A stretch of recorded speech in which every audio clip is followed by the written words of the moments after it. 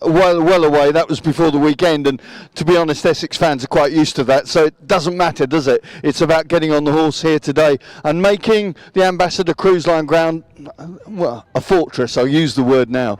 Yeah, exactly. Obviously nice to be back in the home ground, and obviously hopefully we can put on a bit of a show for the supporters here. Team news for Essex, you at full strength? Yeah, we're at full strength. One change, Abdullah Maxu comes in for Marika. Okay, go and get padded up and go well. Great to see you here. Right, so Somerset have won the toss. They are going to bowl. We'll bring you the full team news in just a moment.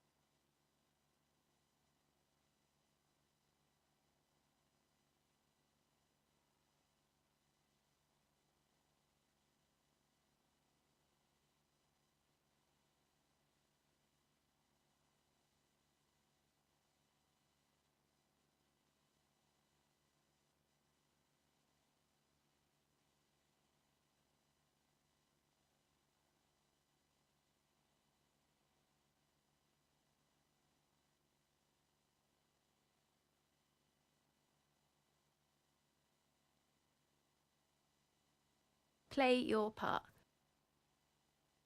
Raise the game.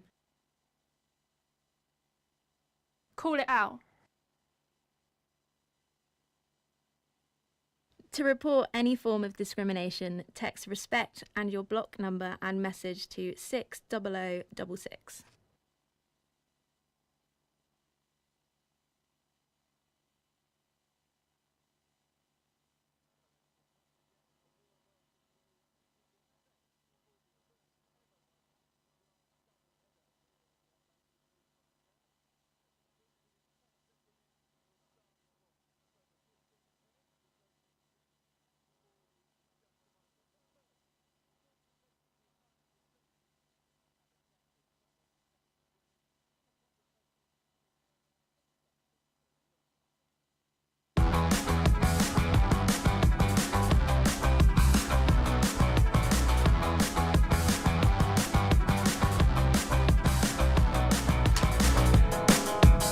Jess is smashing it. Do I smile now?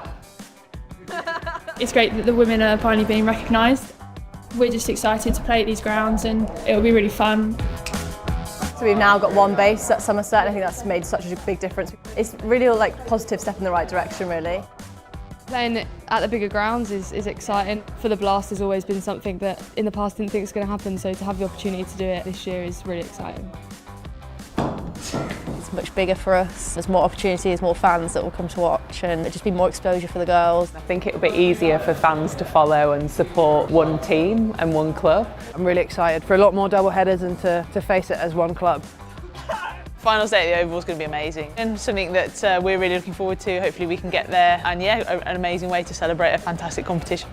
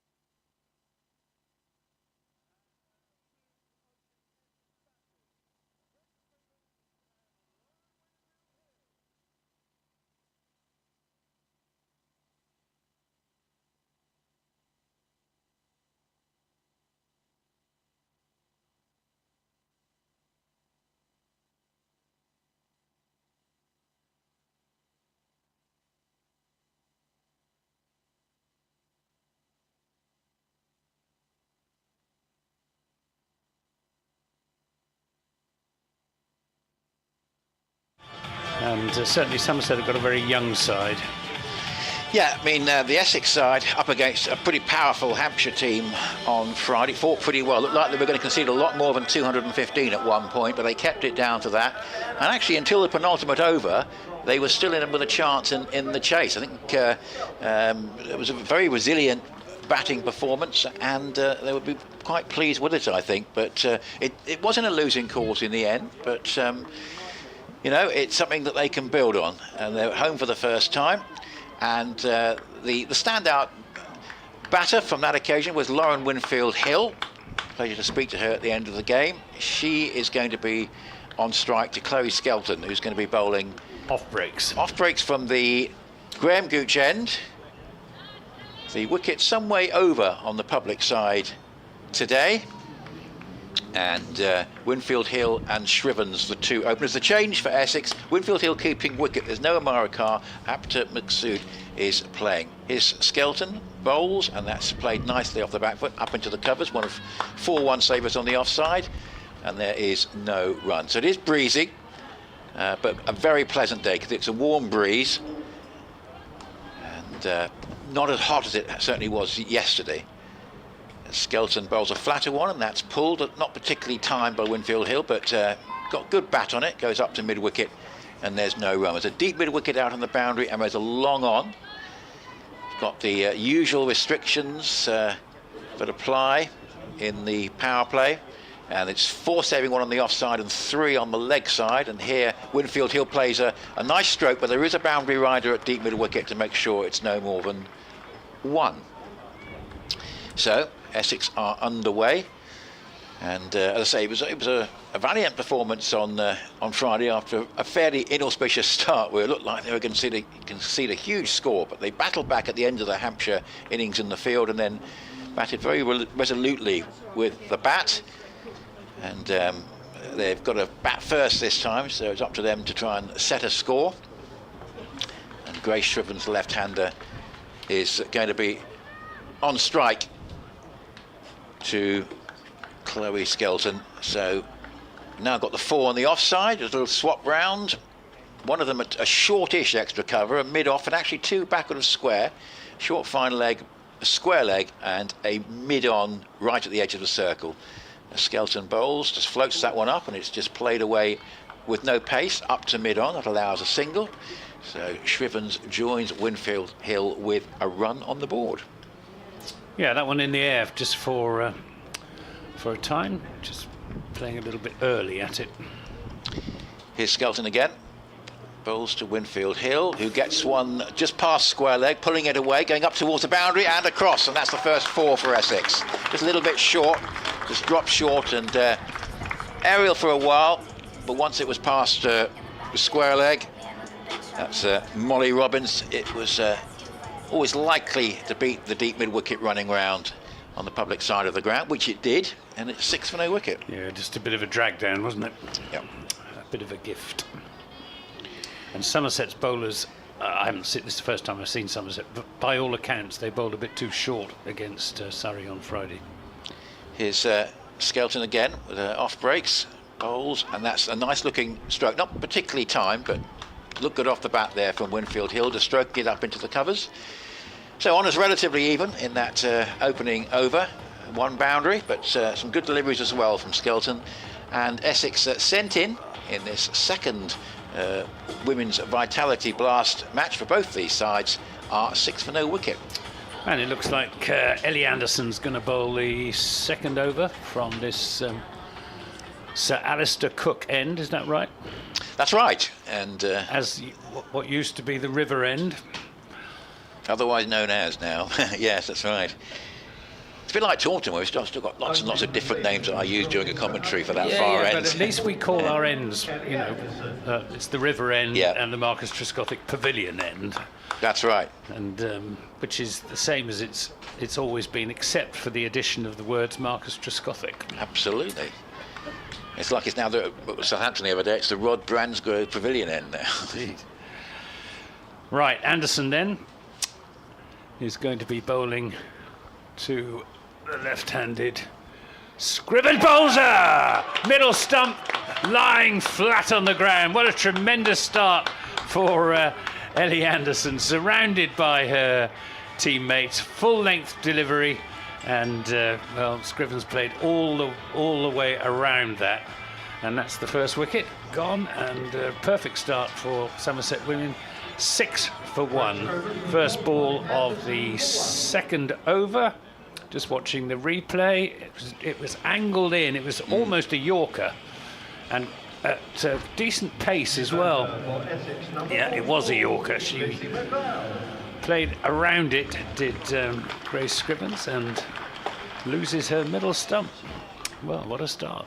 No looseners there. What a terrific delivery. And disappointment for Grace Scrivens to get that. And yeah, I'm afraid it was just too good. So not the start that Essex wanted, losing their skipper quite so quickly. There's plenty of power in the middle order, certainly, as we saw on Friday. Good to see Maddie Penner, who just looked to be moving a little bit awkwardly on Friday, fit and well to play. But new batter is Lizzie McLeod, 31, and she's head of girls cricket at Felsted School, which has a stand of its own. Here is Anderson in, and McLeod takes a pace down the pitch towards the bowler. Just turns it into the onside. There won't be a run. It's a sunny, breezy day here at Chelmsford, with a decent sort of crowd, the sort of crowd that you might get on the second or third day of a county championship match here. But very pleasant conditions for both watching and playing cricket. The Somerset women resplendent in their, well, I'd call it fuchsia cricket tops, sort of slightly purpley pink. Here's Anderson again to McLeod, who pulls this away through the onside. There's a sweeper out there who does the fielding, so it's just a single. Alex Griffiths doing the fielding. 7 for 1 in the second over. If you're just joining us on the BBC Sport website and app, then the Essex batter who's out is their captain, Grace Scrivens. It's Winfield Hill on strike. Another full-length delivery, half volley really. It's out to a wideish mid-off, and Amanda Jade Wellington fields that. Would it be fair to say, Nick Ledhill, that Winfield Hill is the main threat for Essex? Well, she was the key contributor the other day. We got 69 at Southampton. Here's Anderson to McLeod, and this is stroked away very pleasantly, but very well fielded at mid-off by Chloe Skelton. But the fact that they challenged that 215 set by Hampshire and took the game into the penultimate over was not just down to her, but also some powerful middle order hitting from the likes of Griffith, Penner and Gardner. So they'll be looking for that again. Again, looking perhaps for a major innings from Winfield Hill, particularly with Scrivens out so early. Anderson in and bowls, and this is driven down the ground, but there's a fielder down. I thought that was going to go for 4, but Emilia Monday emerged from beneath the stand in front of us to do the fielding. So it's just a single, so 9 for 1 after the first couple of overs. The wicket that of Grace Scrivens.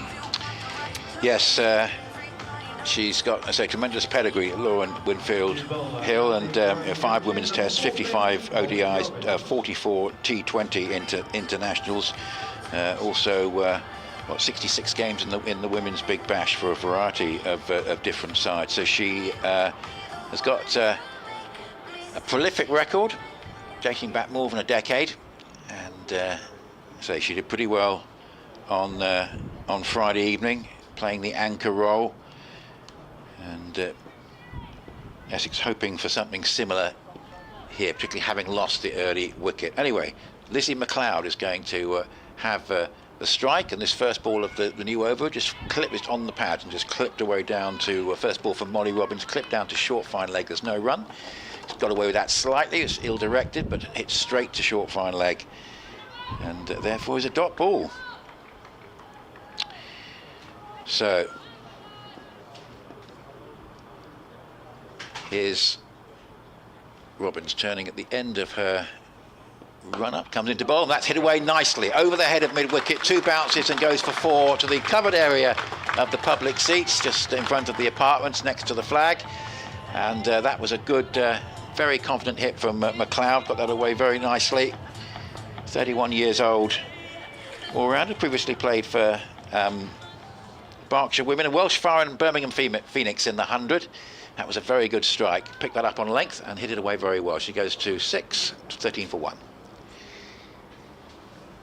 And this next one is just back of a length and cut away nicely for probably 1, because there is a boundary rider, deep cover in front of the pavilion. A lot of ground to cover there because of the fact that the wicket is quite well over on the public side, and there will be 2s out there, quite a few of them, but not a miss occasion, just the 1. So it's a big boundary, that, for women's cricket, isn't it? It is indeed, because the rope is actually not hardly in at all, is it? So it's a very big boundary. So there are going to be 2s and possibly even 3s out there, but just the 1 on this occasion. Robbins bowls again, her medium pace, and just glided away nicely, just using the pace of the ball there, Winfield Hill, and playing it with no pace into the covers and calling her partner through for a single. So a more progressive over here for Essex. They've gone to 15 for 1, 7 apiece, Winfield Hill and McLeod. A lot of these players, of course, were with the Sunrisers, for now playing for Essex, now with a county identity, and this is clipped away nicely up towards deep square leg, just straying onto the pads there, and another run for McLeod. And quite a few of the Somerset girls, of course, played for Western Storm. Yep. And certainly the evidence on Friday was that the county identity did wonders for the size of the crowd, because we had 4,000 in for the women's match on Friday afternoon at Southampton. Here's Robbins again from the Graham Gooch end, bowls, and with a swivel pull, which is hit away nicely, very well timed as well, and goes for 4, beats the dive on the boundary at deep square leg. Nice stroke, and it was slightly there for the shot, but a little adjustment there just to make sure that she beat the boundary rider there from Winfield Hill. So 11 to her. McLeod has 8, and after that early wicket, Essex are back on the rails here. They're 20 for 1, and it's a pretty even start, I think, after 3 overs. Yep. Somerset women's strength in their bowling is with their spin bowling. They've got a trio of good spinners. They're not quite so strong with seam, and I think we're going to have some more spin from this Alistair Cook end. New bowler for Somerset, number 95, Olivia Barnes. And we are, slow left arm. But she bats right-handed, and I'll tell you something very unusual about this Somerset side, Nick. Right. Which is that they are all, without exception, right-handers. And that is unusual, isn't it? It is. Because certainly in the men's game, roughly a third of first-class cricketers are huge left-handed, percentage, yeah. as compared with 10% of the population. It's one of the great mysteries. Barnes then is bowling to Lizzie McLeod, who hammers that into the offside, and it's well fielded at extra cover. I think that's Emma Corney at extra cover. It's pure coincidence, of course. It's not a restriction that you have to be right-handed to play for Somerset Women, like you had to be born in Yorkshire. There's Barnes in again, and this is played away handsomely through the covers. That's a lovely shot.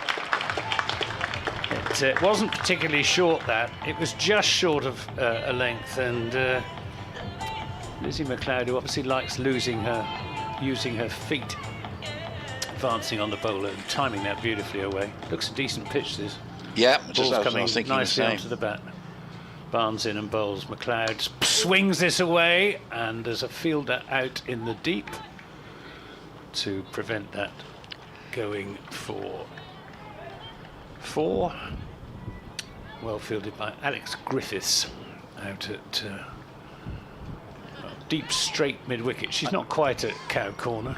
I know you weren't at Taunton on Friday. I was slightly surprised by the relatively low-scoring nature of the game on Friday night, the men's game.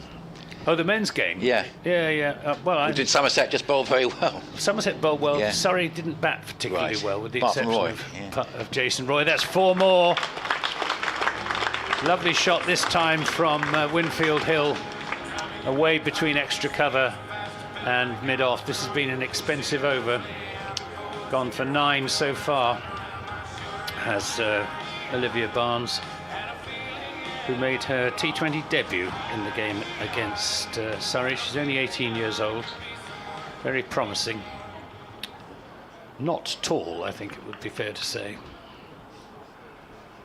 Coming in past the tall umpire, Chris Watts. She's in and bowls. Just tosses this one up.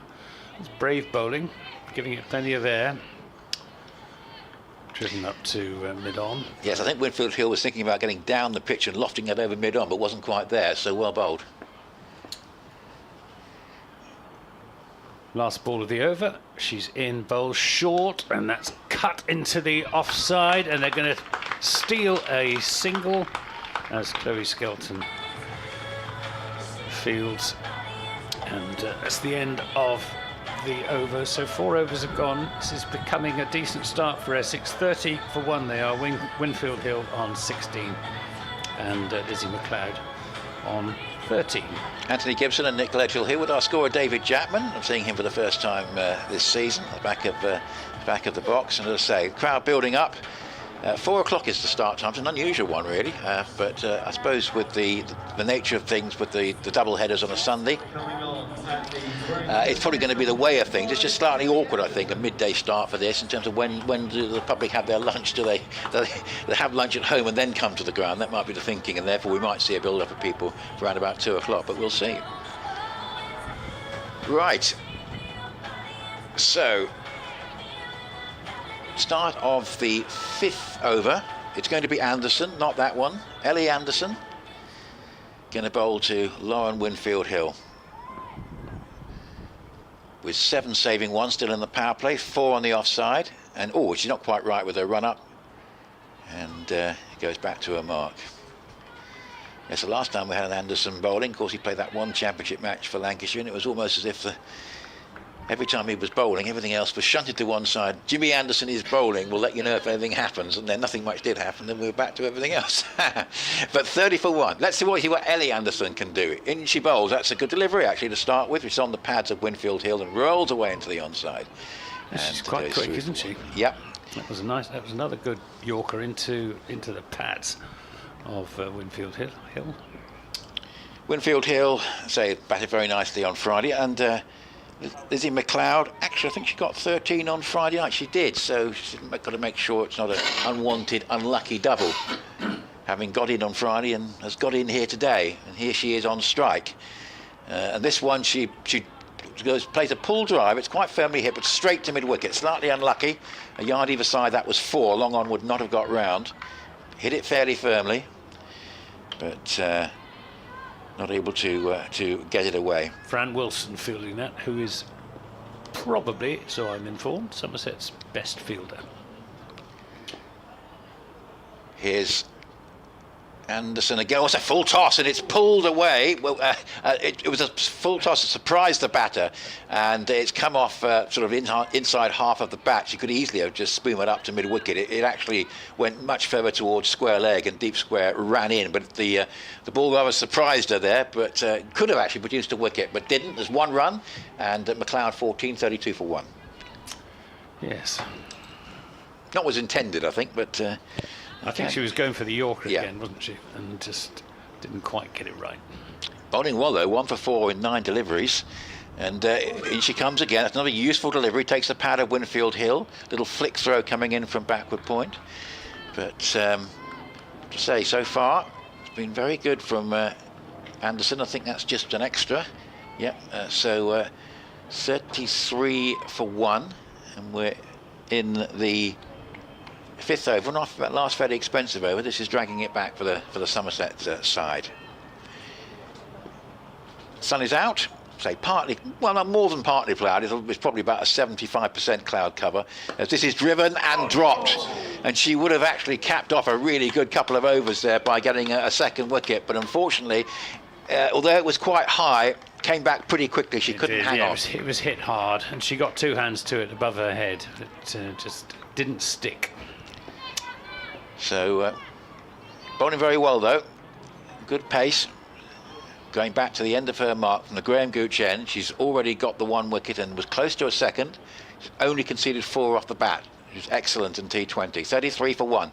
In she comes again. Bowls, and this is driven without particularly being timed up toward mid-wicket. Quick throw. That was like James Vince on Friday night against Dean Elgar. The difference was it didn't hit this time. But it was an attempted run out, but the throw missed. It would have been tight had it hit. But that was a very good over from Anderson, and she'll be very pleased with that. She took 1 for 20. I think that probably, did she bowl the full 4? She bowled 3 overs on Friday night, 1 for 20. So she certainly improved on that here. And the pick of the bowlers so far, 1 for 5 in 2. It's 34 for 1. That was Somerset skipper Sophie Luff with the throw, and if it had hit, I think that McLeod would have been in trouble. But yeah, Anderson's been bowling a lot of Yorkers, on a full length.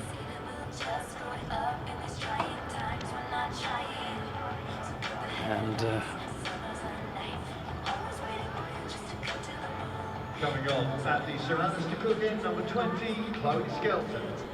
Chloe Skelton going to bowl her off breaks. Gloucestershire girl.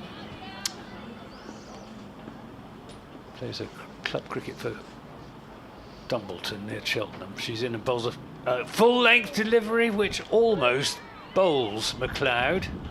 She played over the top of that. Missed the off stump, but a good piece of bowling. She's just flighting it up into the wind. Again, this is driven down the ground. It's in the air. It's going to land just short of Fran Wilson coming in from long on. They take the single. Wasn't a chance, but it wasn't a completely convincing shot either. Rather spooned it up into the air. Skelton again bowls. This is Winfield Hill lofting that down to straight mid-wicket, and Alex Griffiths fields down there. Good piece of fielding. Good throw. It's a big boundary on the pavilion side of the ground, and Griffiths was quick to that and sent in a very good return. Lots of 2s out there, aren't there, potentially? 37 for 1. Skelton bowls to Winfield Hill, who sweeps, slog sweeps. That could be 4. Yep, Griffiths isn't going to reach that. That was beautifully timed again by Winfield Hill. And she looks a real threat. Yep. She played the anchor role on Friday night, but did it very well. Obviously chasing 216, she was still going along pretty well, and the middle order batters were sort of trying to play more explosively, but she's looking good again.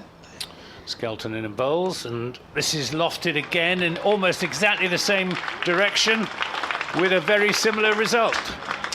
4 more runs, so consecutive boundaries to Winfield Hill, who moves on to 26-45 for 1 at the end of the 6th over. So that's the power play done and dusted. So Somerset can increase the number of boundary riders, which is perhaps... I thought that was the last one more. So that was the last ball of the over. But well, she's gone for 11 so far. Chloe Skelton, last ball of the over. She's into Winfield Hill short, rather fired that one in. It'll just be a single as Griffiths fields down below us. So 46 for 1 at the end of the 6 over power play. 27 to Winfield Hill, 16 to McLeod. And what's the score when Scrivens was out? 6 or 5? 6 was the score. So yeah, they've so added standard 40 together in well, 1 ball less than 5 overs. So going along at 8 runs and over, these two. Yeah, I think probably Essex slightly the happier of the 2 sides at the moment with this partnership, and Winfield Hill at a real burst of scoring there with some excellent boundary shots. And looks like she could be the mainstay again of this innings.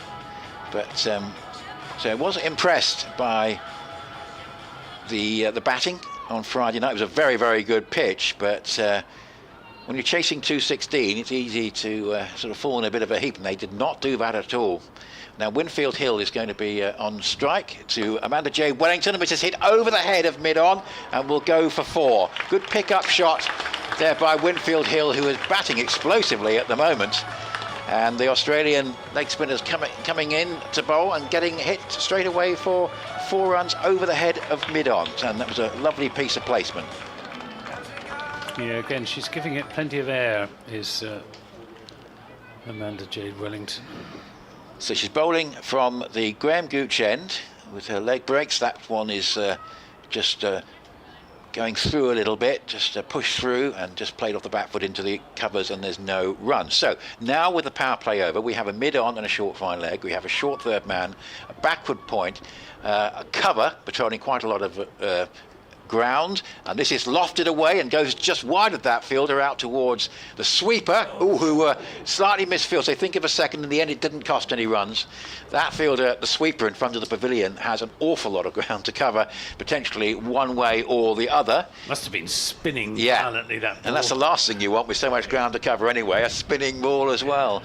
But there is a long on. There's a deep mid-wicket, and I think with an adjustment down there, might well be a fine leg out of our side. I think there probably is with the way the field is set, but 5 saving 1, the rest on the boundary, and this is pulled and dropped, caught on the rebound. My goodness me, what a good catch. McLeod is out, and it was taken on the rebound by Olivia Barnes at square leg. She got a hand to it, it looked like she dropped it, and then the ball, almost as if she was tossing it from one hand to the other, and she caught it on the rebound, and that's a real bonus for Somerset. Yeah. What a moment, 51 for 2. Yeah, what a extraordinary catch. I'm not sure I've ever seen one quite like that before. It went really quickly to her. She got a hand up to it, and then, as you say, Nick, it looked for all the world as if she dropped it, and it miraculously landed in her other hand.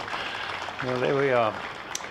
She'll be disappointed, Missy McLeod, because she's second time she's started pretty well, 13 and 16 so far in the competition this season.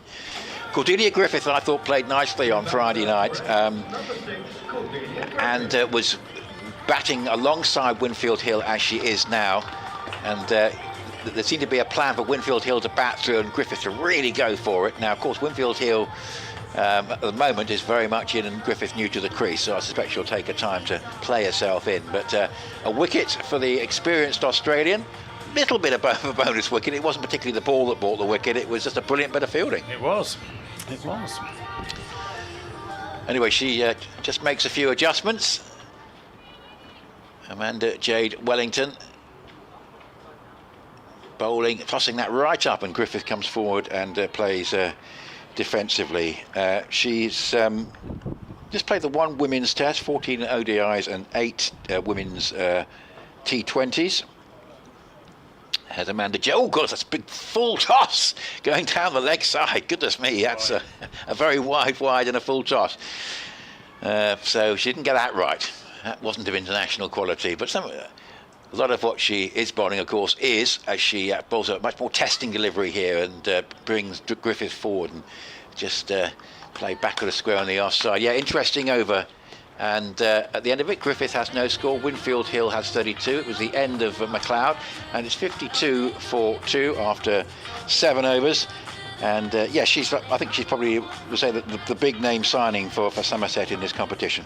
Yeah, absolutely. And well, she played an absolutely crucial role in Somerset's first win of the season, the first game of the season against Surrey at Beckenham in the Metrobank 50 over competition, when she carried Somerset home when it looked for all the world as if they were going to fall well short. Somerset, number 25, Alex Griffith. Alex Griffith's going to bowl her medium pacers. She mixes it up well by all accounts. She's from South Wales, is Alex, 22 years old. She's bowling to Winfield Hill, who strokes that very nicely into the covers, but straight to extra cover, who Sophie Luff, she's all right. Ooh, she must have just taken that on the inside of her knee, probably. I think it hurt, but I don't think it's done any real damage. 52 for 2 with Griffiths to Winfield Hill, who edges this down to third, and that'll go down to the boundary. It was fine. There is a short third, but that was well fine of her, and runs away down to the boundary.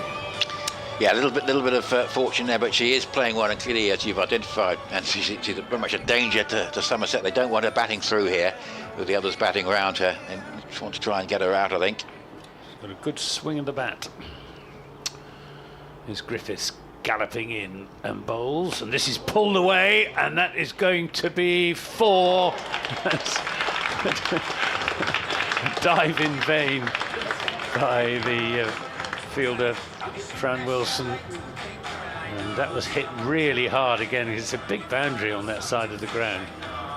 But, 4 more runs to Winfield Hill, who now has 40 from just 23 deliveries. 60 for 2. Somerset need to remove Winfield Hill sooner rather than later. Griffiths in and bowls to her. She chips this down to long on, and it will be fielded down there by Fran Wilson. Very good piece of fielding, good running as well. They come back for a second run, but Fran Wilson, as I was saying, one of the a good someone who knows about these things told me that she was the best fielder in this Somerset side, and certainly she's justified that billing so far this morning. 62 for 2 as Griffiths bowls to Winfield Hill, who's bowled and middle and off stump. Good piece of bowling by Alex Griffiths, and what a valuable wicket that is, just when Winfield Hill looked to be really getting on top of the Somerset bowling. She's gone clean bowled by Alex Griffiths for 42 from just 25 deliveries with 8 fours. Yeah, well batted. Yeah, she'll get a good round of applause, but you've got a feeling that innings has been cut off in its prime, and it's not what Essex wanted, because they would have been very keen almost to have a sort of batting repeat of Friday, where the others were batting round her, and they were going to get a big score. But a very nice piece of bowling, and yeah, it sort of went between bat and pad, didn't it? Yeah, it was a horrid shot. I don't know quite what she was trying to do there. I think it was almost as if she was in 2 minds, just trying to play a good length ball through the onside. Indeterminate in the end. But good piece of bowling by Alex Griffiths. Good bowling change as well by Sophie Luff, because she's not the most regular of the Somerset women bowlers. So I see James Rue is batting at the moment for Lions. He's just got in 319 for 3. They're making a good reply to India A's 557, so keep an eye on that. 62 for 3. Yeah, James Rue captaining the England Lions. Yeah, and Maddie Pennant, who looked good on Friday night. Now she is going to hit it hard if she gets in. She was hobbling a little bit, so pleased to say that that's not stopped her playing tonight. Here's Griffiths in bowls to Pennant. That's in the air and short of mid-off, but Amanda Jade Wellington might have thought she was in business there for a moment. So end of that over, 62 for 3. 8 overs have gone, so Essex going along at just under 8 runs and over. And I think that wicket of Winfield Hill has just about evened things up again. It has. Disappointment that for Essex, and said tonight, of course, very much today, because this is an earlier start than we had at Southampton, where we had the women's game starting at 3 o'clock, so everything shifted forward 3 hours. And the men's game later starts at 4 o'clock this afternoon. So we've had 6 bowlers used so far, and Ellie Anderson, isn't it? Ellie Anderson is she's bowled very well so far, As this one clipped away past the square leg umpire, and it's going to be a single. In fact, Molly Robbins bowling now from the Hayes close end. 1 run then to Cordelia Griffith to bring the strike to Maddie Penner. So 2 new batters at the crease. And Winfield Hill, yeah, you do feel that was an innings cut off in its prime. It really did threaten. She was taking the game away from Somerset. Yeah. 4 saving 1 on the offside, just a short fine leg on the leg side. And here is Penner just coming forward and playing it back. And it's fielded by Robbins in her follow through. So Somerset have got a chance with the dismissal of Winfield Hill just to keep things tight for a couple of overs. In that Lions match, Tom Haynes of Sussex, 135 not out. It's a 320 for 3. The Lions at Canterbury were playing to 557. Must be a pretty good pitch. Yes, a typical flat one at, I think it's day 3 at Canterbury there. That's driven away without timing, but into a gap, and there could be a 2 here, but deep mid wicket reacts quickly and prevents any chance of a second run. So Penner is off the mark, the strike back with Griffith, but Penner certainly impressed on Friday evening. I think this is these 2 and Joe Gardner. From what I saw on Friday, Essex will want a couple of partnerships now. 64 for 3. That's a full toss and driven by Griffith. Goes out to deep square leg. 2 fielders could have stopped that, but deep square got in ahead of deep mid wicket, and there's just the run. So things are quietened down with Winfield Hill's dismissal, at least for the time being. 65 for 3 in the 9th. Yeah, Chloe Skelton out there at deep square leg. Alex Griffiths at deep mid wicket. The 2 boundary riders on the leg side. So Robbins, number 14 after 10 deliveries. Medium pace, slower one, nicely bowled, nicely disguised, and just driven up by Penner to mid-off, getting right forward to it. Mid-off right at the edge of the circle. Short fine leg, backward point cover, mid-off. Short fine leg, the only one saver on the leg side. Deep square leg, deep mid-wicket, long on. And the boundary rider with a lot of ground to cover away to our right at deep cover in front of the pavilion. Here's Robbins again. Up to the wicket, bowls, and that's driven between just wide of the bowler and the stumps, goes up towards long on, running round just in front of the side screen. Can't prevent the single to Penner. Nice stroke, but signs of really just Penner and Griffith rightly just playing themselves in here, because this is potentially an important partnership for Essex. They want these 2 and Gardner, who are all good strikers, to do a lot of the heavy lifting over the next 7 or 8 overs if they can. 2 apiece for them, 66 for 3 after 9. Little conference going on at this Alistair Cook end. Looks going to get a bowling change. No, well, yes, Olivia Barnes, I think, is going to come back into the attack. She's just bowled the 1 over which went for 10 runs. It's Sophie Luff there, the skipper, just having a word, just changing the position of her leg side sweepers. So we've got a deep backward square leg, sort of straightish long leg, and a deep straight mid wicket. So Barnes is going to bowl to Penner. She's in, bowls, and a good length ball, which is dug out on the bounce and taken by the bowler. 1 or 2 in the crowd thinking that was a catch, but hit hard into the ground. And there's no run. 66 for 3 in the 10th over, so we're nearing the halfway mark. Barnes bowling her slow left arm. She's in, bowls, and this is played nicely away through the offside. It should just be a single though, as there is a sweeper out there, Amelia Monday at long off. 67 for 3. We've got 4 saving 1 on the offside, so she's being charged with keeping the ball on or outside the off stump. 2, you've got cover on the leg side boundary. She's in and bowls, and this is swept and comes off the bottom edge. I think it's going to go down for 4 runs. Whether they'll be, they are indeed off the bat. I think it was a bottom edge, as she went for the sweep, and no chance for wicketkeeper Bex Odgers to make the stop. 71 for 3. Yeah, useful boundary. They need a partnership here, Essex. I think they'll be wanting to get somewhere up to around about 160, I think, if they can. I was just about to ask you what you thought a par score might be. I think it'll be more later on in the day, won't it, as a par, but here perhaps about 160.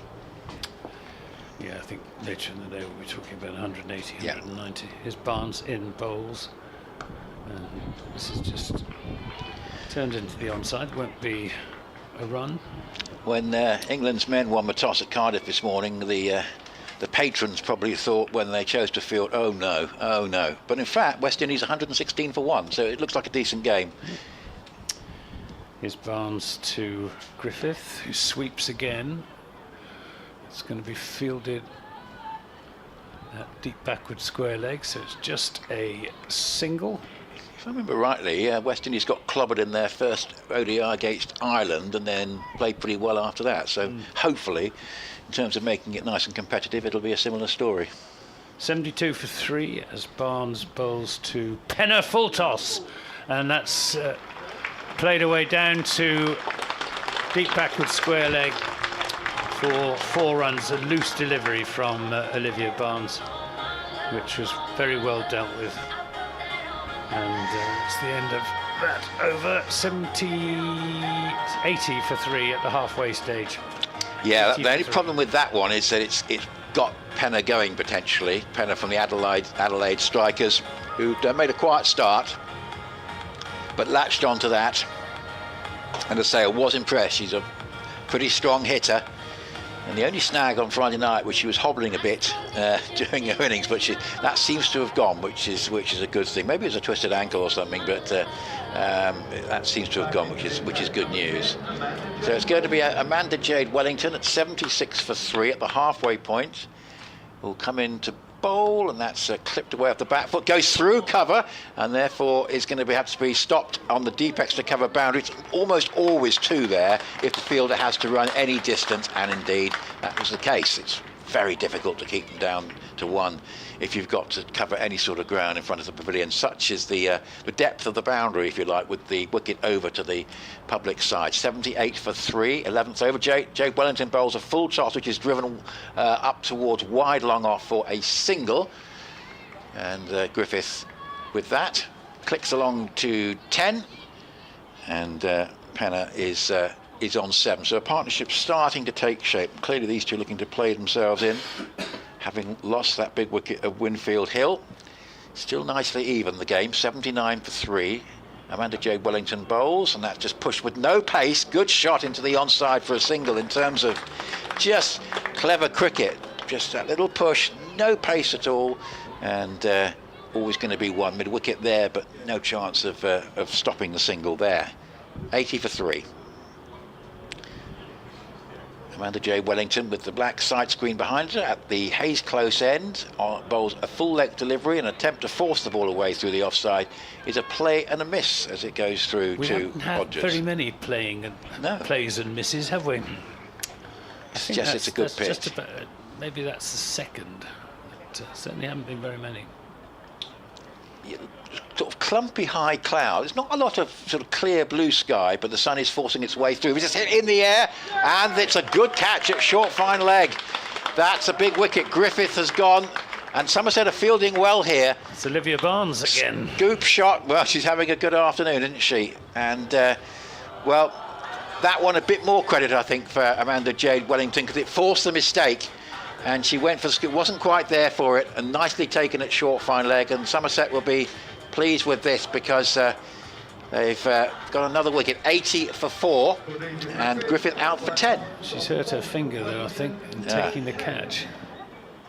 Somerset, yes, it looks like we're going to have a sub fielder on, and it's her left hand as well, which is her bowling hand. So I would identify this pair now is very important for Essex. Gardner is renowned for her big striking and did a little bit of it on Friday night. Just, it's interesting, the pitch here. We're seeing doesn't look an absolute belter. It looks like there's still a little bit in it for the bowlers. It'll be interesting to see how it plays later on, but we shall see. I think predominantly good for batting. 80 for 4. And we've got, should be a sub-fielder on. Who I think is Laura Jackson, but I can't actually see her at the moment. But let's hope that Olivia Barnes hasn't damaged her hand too badly in taking that catch, which is a very good catch because she had to dive forward to take it. Low to the ground, well taken.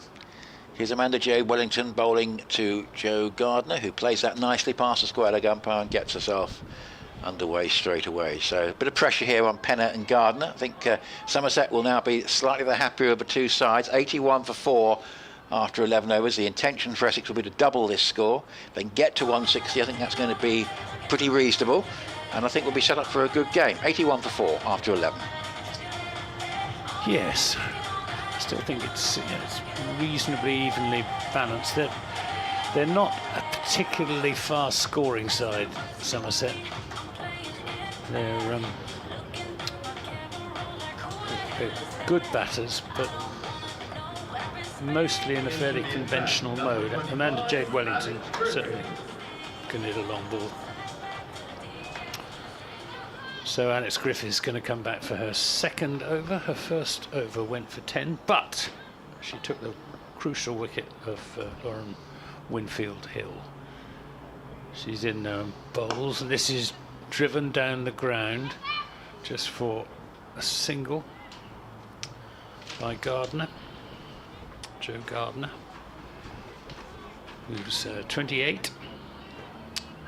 She was a regular for the Sunrisers, and she's played in the 100 for Trent Rockets and Oval Invincibles. As Griffiths in bowls, this is driven in the air over the top. That's going to run away for 4 runs to Maddie Penner. That was a nicely timed inside out off drive. She moves on to 12, on to 16 rather.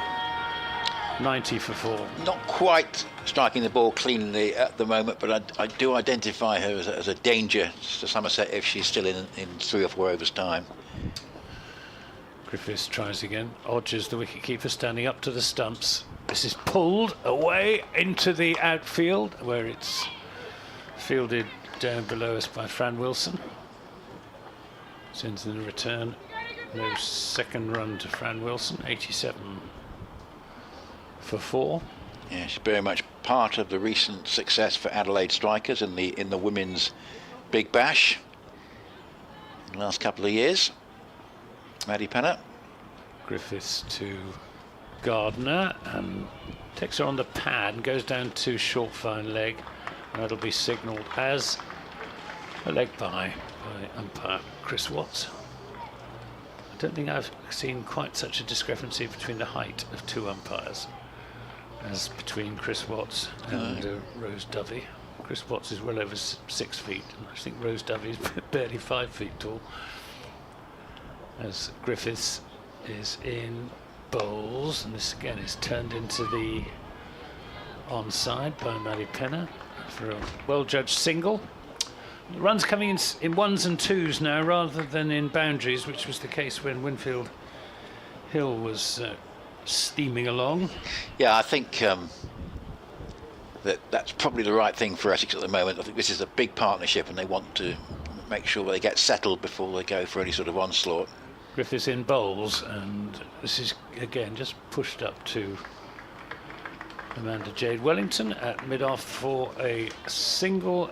90 for 4 at the end of the 12th over. 14 to Maddie Penner and 3 to Jo Gardner. And Somerset just keeping the lid on the scoring rate for the time being.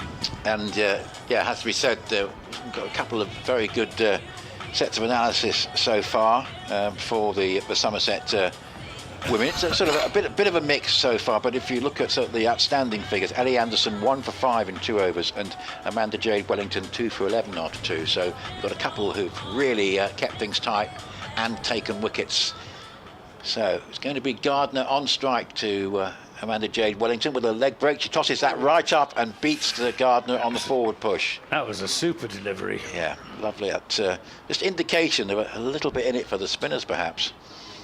Yeah, that certainly turned. Yeah. Here's Jade Wellington again. Reverse sweep misses. Gardner just needs to be careful here. Doesn't want to be too ambitious. Maybe just to push her way into the gap for the single if she can. Good bowling miss from Wellington. Yeah. Here she is again. Bowles tosses it right up, and that's the shot I was hoping for. It's just a little push into the onside for a secure one, just to keep the scoreboard moving. Doesn't want to get out to anything too rash just at the moment.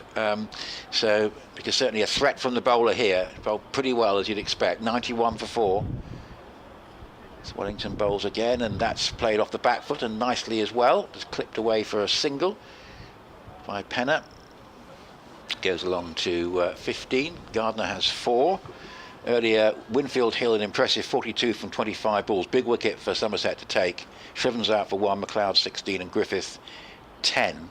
This is again tossed right up and played well by Gardner, again more conservative, and I think that's right at the moment, just playing it into a gap on the onside past the Square leg umpire for a single. She was trying to hit it a bit further towards mid wicket where there might have been a 2, but just to keep the scoreboard moving, to set up a platform is what Essex want here, with 1 ball short of the end of the 13th over. I think looking for something like 155, 160. They're 93 for 4, and this is played nicely by Pennis. Good delivery, and it's been a top-class exhibition this from Amanda Jade Wellington. It really has. She's bowled extremely nicely. So 93 for 4. Her figures at the moment are 2 for 14 in 3 overs. 93 for 4. 13 overs have gone, 7 remain. Gardner 5 and Penner 15 from 14. Good name for a Somerset cricketer as well, Wellington. Indeed, yeah. So we're going to have a bowling change. Looks like Back into the attack, number 45. Ellie Anderson coming in. She bowled her previous 2 overs from the Graham Gooch end, which used to be known as the Hayes Close end. She's in now, bowls, and this is pulled away to the onside by Joe Gardner. Gardner just beat a single. 94 for 4 in the 14th over on this sunny early afternoon at Chelmsford. So Somerset do have 2 bowlers who've really got very good figures, Wellington being one of them. I wonder if she'll stay on. In fact, to be honest, Anderson's 1 for 6 in 13 deliveries, stands up pretty well as well. Yeah, she's been bowling a very full length. She's been trying to spear in the Yorkers, and it's worked pretty well. She's bowling now to Maddie Penner. This is shorter, it's pulled, and that will go for 4. Yeah, giving the neither of the leg sides boundary riders any real hope of making the stop. That was beautifully struck by Maddie Penner. Yeah, she's just starting to find her range. This is what I was saying, Anthony, that I think if she's still in a couple of overs' time, she's going to be a real danger. Perhaps a key wicket for Somerset to take before we get into the onslaught at the end. 98 for 4. She's on to 19 from just 15 deliveries as Anderson is in and bowls slower ball, and that's up in the air, could be a chance, and it's very well caught at short third.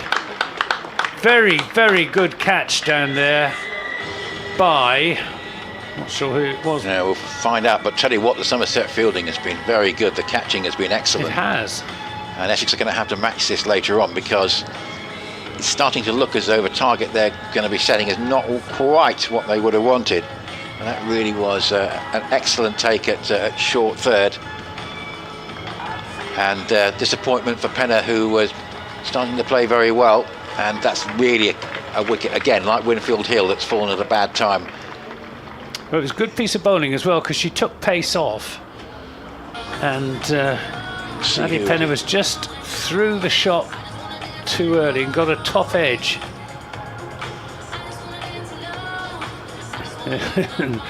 Just watching the replay, Maddie Pennon looking to the heavens as soon as she realised what she'd done there, and swishes her bat with irritation at her own fallibility.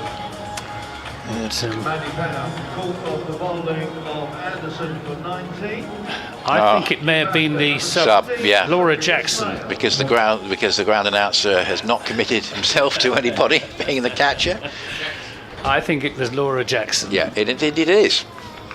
It is Jackson. That's a very good catch. If you're a subfielder and you can't contribute with the bat or the ball, tell you what, if you can do something like that, you really feel as though you're part of the game, don't you? 98 for 5 then in the 14th, and Somerset. But one stage when Winfield Hill was going well, looks as if they might be facing a big total, very much back in it as Griffiths is in a bowls, and this is Anderson rather is in a bowls, and there won't be a run. So Sophia Smell has come in, and Jo Gardner has had a chance to play herself in. I feel they must try and get another 40-45 at least here, Essex. Sophia Smale will know a good many of these Somerset cricketers. She played for Western Storm. It's Ellie Anderson to Smale, bowls, and down the leg side and a wide. And I think, he says, looking around at David Chapman, it's a second wide, is it? Yeah, they've been still very good going in T20 cricket, only to have conceded 2 wides. They've done well, Somerset, I have to say. We'll be feeling very pleased about this after obviously slightly chastening outing against the Surrey batters on Friday night. Oh, the batter isn't ready. As Ellie Anderson has to pull out of her run up halfway through it. All is well now. Sophia Smale on strike. Ellie Anderson to bowl, and this is turned away out to square leg just for a single as Emma Corney fields, and that is the 100 on the board for the Essex women. 100 for 5 in the 14th over, so decent rate of progress, just over 7 runs and over, but it was over 8 runs and over when Winfield Hill and Lizzie McLeod were going well. This is played back to the bowl. Another good over from Ellie Anderson, who has figures of 2 for 12 in 3 overs. And she and Amanda Jade Wellington, the standout bowlers for the Somerset women so far. Yeah, I mean, and you know, you look at the figures so far, very, very impressive just generally for the bowlers. 1 or 2 slightly more expensive, but Anderson and Amanda Jane Wellington very economical and taking wickets as well. In fact, they've shared the wickets that have fallen. They've taken 4 between them, I think, haven't they? So they've been very good. I think Innings at a bit of a crossroads. Essex got to try and find at least another 40, you would have thought. And do you think Jo Gardner's going to be pretty critical here? Yes, we've got quite a lot of cloud cover, not just more blue sky over the pavilion than there is over the ground. Slightly disappointing weather at the moment, but still relatively warm. This is first ball of the new over. Is being delivered by Robinson, driven up towards mid-on, and there's a single. So 101 for 5. And it's going to mean with that single to Sophia Smell, it goes to 2, that Gardner is going to be on strike. And she hit some good shots on Friday night. Now, what can she do here? Innings at an important stage. That's well pitched up, driven and taken right-handed quite awkwardly in the follow-through there by Robbins. But not done any damage, I don't think. That could have been quite awkward. It came back at her very quickly. 101 for 5. On BBC Essex, BBC Radio Bristol, via the BBC Sport website and app, and also via the live feed. Nick Leadhill with Anthony Gibson here at Chelmsford. That's a slow one, driven nicely, but straight to mid-off. Quick single, Shy comes in. Had it hit, would have been very, very close. And it was quite an ambitious run, but I think they're looking to try and rotate the strike as much as they can. The bowling is good. Gardner goes to 7, Smell on 2, 102 for 5. Yeah, good sharp piece of fielding. 15th over.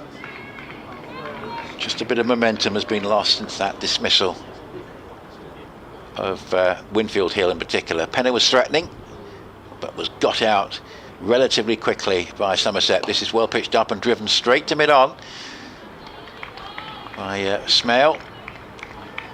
And nice tight control from the visitors at the moment after they won the toss and chose to field. Won the 15th over. At one point 160 looked to be on the cards, but that's a long way off now.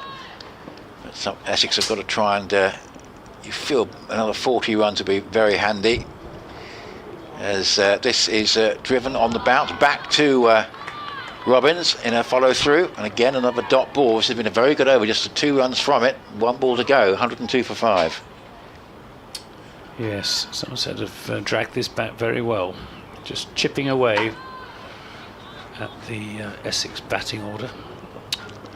Smell on strike with 2. He's going to face Robbins. That's fired in, and again it's taken off. He's using a right hand a lot this time, not just to bowl but to field is Robbins. There is a single there. Again, it's on the bounce, parried away by the bowler into the onside. They scamper through for a single, and that could have been a damaging over for the bowler. It was the amount of fielding she had to do for her own bowling, but I think she's all right, and it was a very good over. So that's the end of that over. It's 103 for 5. There are 5 to go. Smell has 3 and Gardner has 7, and they're largely being restricted to singles at the moment. Very good over that though. Yeah, I think if Somerset can keep Essex to, I don't know, 140, something like that, then I think they might fancy their chances. We've got Ellie Anderson. No, it's Alex Griffiths. Alex Griffiths with her blonde hair, coming back into the attack from this Alistair Cook end. She's bowling to Sophia Smale, who chips this into the onside. It was in the air for quite a long time, but there won't be a run. There will only be 1 run, rather, as Fran Wilson fields. 104 for 5. Smale on to 4. And what Somerset have managed to do is to cut off various Essex partnerships just when they were starting to blossom. This is played nicely away through the offside, but should just be a single. Yes, there's no doubt about that. Winfield Hill was looking particularly threatening. I think she's playing even better than she did on Friday evening with her 42 from 25, and Penner, I think, was just starting to threaten, wasn't she, when they got her out. 105 for 5. Griffiths up past umpire Watson, in and bowls, and this is a switch hit, a very effective switch hit as well from Sophia Smale down to deep backward point. But it wasn't a reverse sweep as such. She swiveled right the way round, and it's like a left-hander's pull shot. 4 runs, 109 for 5. As Griffiths is in to Smale, who drives without much timing. Should be cut off down below us by Amelia Munday. They'll come back for 2 runs this time, as Munday had quite a lot of ground to make to her left. 111 for 5. You can sense the tempo increasing, the sense of urgency from these 2 Essex batters. Sophia Smale on to 10. Griffiths bowls. This is in the air and just wide of I think that's Amanda Jane Wellington at mid-off. Wasn't a chance. In the air for quite a long time, but hit hard. Yeah, it's been 4 more runs. This is an expensive over. And needed, and Sophia Smale has really acquitted herself well, getting some slightly looser deliveries and going well with them. 12 off the over so far. This is the last ball It's Griffiths to Smale, who waits on a slower ball and is beaten by good delivery from Alex Griffiths, saving the best till last. And that's the end of the 16th over, 115 for 5, with Sophia Smale on 14 and Joe Gardner on 8. Not James Rue's day today with the bat. He's obviously saving his runs for Somerset. He was out for 8 in that Lions match. Tom Haynes 142 not out. Lions 333 for 5 in reply to India A 557 on a very flat one at Canterbury. And West Indies 161 for 2 after 27 overs in the one-day international against England. So here's the last over for Amanda Jade Wellington. Is going to bowl to Joe Gardner, who hasn't quite got going yet. Tries to hit that one away, but just comes off, I think, the very inside half of the bat. Scampers through for a single because there was a little force on the shot, but actually she hit it into a gap and there was always going to be one. So it's 116 for 5 as the sun comes out quite brightly. It's going in and out today. It's a lot of cloud cover, but the sun making welcome appearances. And as I say, it's relatively warm. It's not a cool breeze. This is picked up in the air and hit away nicely for 4 runs. She really is batting well here, Smale. Didn't have much of a chance on Friday night, but this is an important innings for her and the side. 18 from 12, a pick-up shot, back of the square on the onside for 4, and 120 for 5, keeping Essex going here on course for 140 plus. And if she carries on at this rate, they might get more than that. Yeah, very good shot, that one. Here's Amanda Jade Wellington again, bowls full length and she hits it into a gap, possible 2, but in fact deep mid wicket runs in very quickly. It's because it's such a short boundary, whereas if it was slightly further over the pitch, that would often be a 2. But on that side of the ground, the public side of the ground, it's a short boundary, so generally always going to be 1. So 121 for 5. Oh, here's Gardner, who's not quite at best at the moment, is trying to work that into the offside and is beaten by a bit of turn from Amanda Jade Wellington. 121 for 5 in the 17th. Essex sent into bat. That's a full length delivery and Gardner just drives it away out towards long on. She's not got going yet. She can yet still get going, and if she bats through, I'm sure she'll find the boundary on a few occasions. But a bit of a partnership building, and Essex needed it. 122 for 5. Wellington varying her flight. She really certainly nicely. is. This is flatter one, and it's a reverse sweep, not particularly well timed. Goes out towards backward point as Robbins stops it. Good intention from Smale to play. She hit it reasonably well, but wanted to get it past the fielder and didn't. So that's the most, probably the best over they've had against Amanda Jade Wellington, but still a very good return from the Australian. 122 for 5, 3 overs to go, 140, 145. I think we'll set up a pretty decent game, Anthony. I think so. Yeah. I can see Somerset chasing down 140. I find it a little harder to see them chasing down 150. So these extra runs that they might get could be important. I think these 3 overs coming up.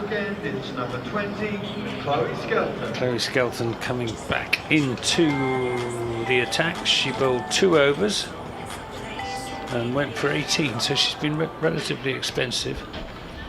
She's going to be bowling to Joe Gardner. Skelton in and bowls, flights this, it's driven out to Emma Corney at long off for a single. She's given Sophia Smale the strike. 123 for 5. Skelton to Smale, who waits on a slower delivery and plays it up to extra cover. There's no run. Lovely sunshine here at Chelmsford now. Skelton bowls. This is lofted down the ground. It'll be safe. Should be pulled in by Alex Griffiths, and they'll come back for a couple of runs. 124 for 5 in the 18th. Essex haven't quite made use of that long boundary to the extent they could have done. Somerset will try and make a mental note of that for later. There's quite a lot of 2s out there. Skelton in bowls, and this is punched into the offside. There's a shy at the stumps from the Somerset skipper, Sophie Luff, but Gardner safely home. Wellington's figures, by the way, 2 for 21 off 4 overs. She's bowled really well. She's a confident bowler, which you need to be if you're a leg spinner. This is swiped down the ground. And it's gone for 6. Handsome blow. Well, I'm not handsome blow. It was clubbed. But Jo Gardner, well, I was saying she was finding well, she's difficult to get her timing right. She certainly timed that pretty well. Yeah, she's waited 18 balls for that, Anthony. She's not quite been as prolific in the striking, but that might be a good sign for her. 132 for 5 as Skelton bowls to Gardner shorter and played up to long on. Fielded by Alex Griffiths down below us. Single is taken. That's the end of the 18th over. 133 for 5, 22 to Smale and 18 to Gardner. Looks as if Essex is going to get nearer 150 than 140. Yes, at one point we thought 160 minutes sort of went down to 140 when they were 98 for 5, but actually this has been a very good partnership. So far we're 35 between these two. They came together halfway through the 14th over, played themselves in, and if they can bat through the last 2 overs, this could well get up to 150 and be awkward for Somerset. Much needed momentum in the innings, which was stalling, and I think a lot of credit goes to Somerset for that. I think they bowled really pretty well. So it's going to be Robbins from the far end, the Graham Gooch end, and Gardner gets one which is an attempted Yorker which he just traps away into the offside using the bottom half of the bat, and they take a single. But both batters are going pretty well, so there was no issue there for Essex. They've got Gardner hit that big 6 and Smell has hit 22 from 17. Can they stay together? 134 for 5. So here is Robbins in her final over. She bowls. Oh dear, complete mess up that from Smell. She was in 3 different minds. I think she was thinking of a reverse hit at one point, then she changed her mind, and in the end the ball was onto her off stump before she knew it. And I think indecision was the issue there for her. That's a shame for Essex because she was going so well for her 22, but literally at least 2 changes of minds I spotted there, and it all ended rather awkwardly. Yeah, and yet again Somerset have cut off one of the most threatening of the Essex batters in her prime. It's 134 for 6. So Eva Gray coming down towards the lower order now, so one suspects that getting Gardner on strike and hoping she can find a few more of those maximums might be the order of the day for Essex, but game set up pretty well. And there's a wicket for Robbins in her last over. She's on the board. But well batted Sophia Smell there. It was her that really got the innings going after the lull, the mid-innings lull. Disappointed at a dismissal. Here's Robbins running towards us. That's appeal for LBW, but rolls away into the offside. And now what they were looking to do, Somerset, in this penultimate over, is try and keep a new batter pinned on strike if they can. 134 for 6. Yes, again, good bowling, keeping it right up to the bat. And they've obviously learnt their lesson, the Somerset bowlers, from what happened on Friday when they were too short against Surrey. They certainly haven't been here this afternoon. More blue sky now. Here's a good-looking strike. That's good indeed from Gray. She's not been pinned down. She's picked that up and she's hit it over mid-wicket for 6. So all credit to her. She's new to the crease. She, the first attempt at a hit thudded into her pad, but there she's just picked that up on length, and there's nobody back on the sort of wide long-on boundary. So once she got it over mid-on, that was always going to be safe, and it's carried all the way. Useful maximum, 140 for 6. Yeah, just a fraction short, that one. But pretty good, pretty impressive with just a second delivery to hit that. There is some good striking potential in this Essex side. That's encouraging from Eva Gray down the order at number 8. And here she hits it in the air again, and that's sensible because the mid-on had gone back to long on. She would have been caught at mid-on. In fact, fielding change hadn't been made, but she spotted that. and just taken the single with a chip shot up to long on, and Gardner has the strike. So 141 for 6. Yeah, intelligent batting. Yeah, looking like a decent game, this. Be surprised if either side wins easily. A long on and a long off back, a deep square leg. Here's Robbins again, bowls, and Gardner with a sort of cross bat clubs it away for a single. By and large in this innings, she hasn't quite found her timing, with the exception of that big 6 in the previous over. But she has got a single to keep herself on strike. So 142 for 6, the end of Robbins, and that'll be Skelton, I think, to bowl out. 142 for 6. So we're going to end up, I think, in between the two sort of lower and upper reaches that we've been talking about. Essex perhaps are going to get to around about 150 here. Well bowled, Molly Robbins. 4 overs, 1 for 27. All of the Somerset bowlers have bowled pretty well. The most expensive has been Chloe Skelton. It's going to be Alex Griffiths who's going to bowl the 20th and final over. She's been the most expensive by a run. She's gone for 30, but she did take the wicket of Winfield Hill. She's in and bowls. This is swung away in the air and caught at mid-wicket.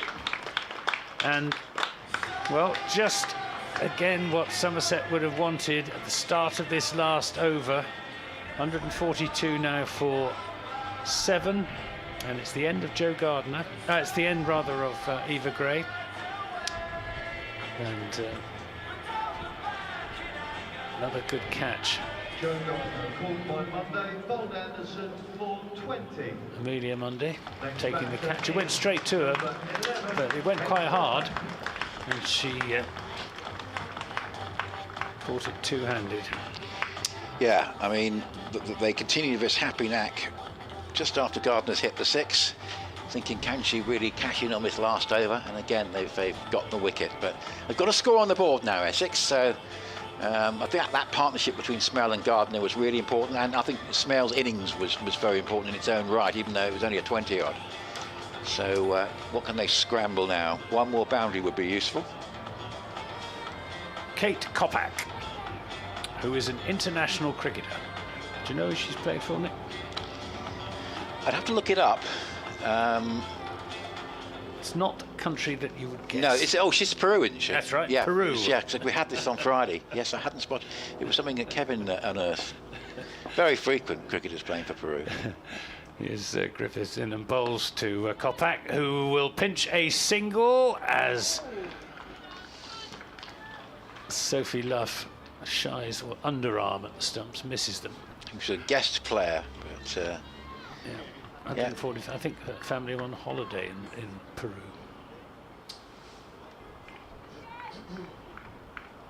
So 4 balls remain, 143 for 7. It's been amazing how many Australians have been on holiday during the county championship season and turned up to play various teams.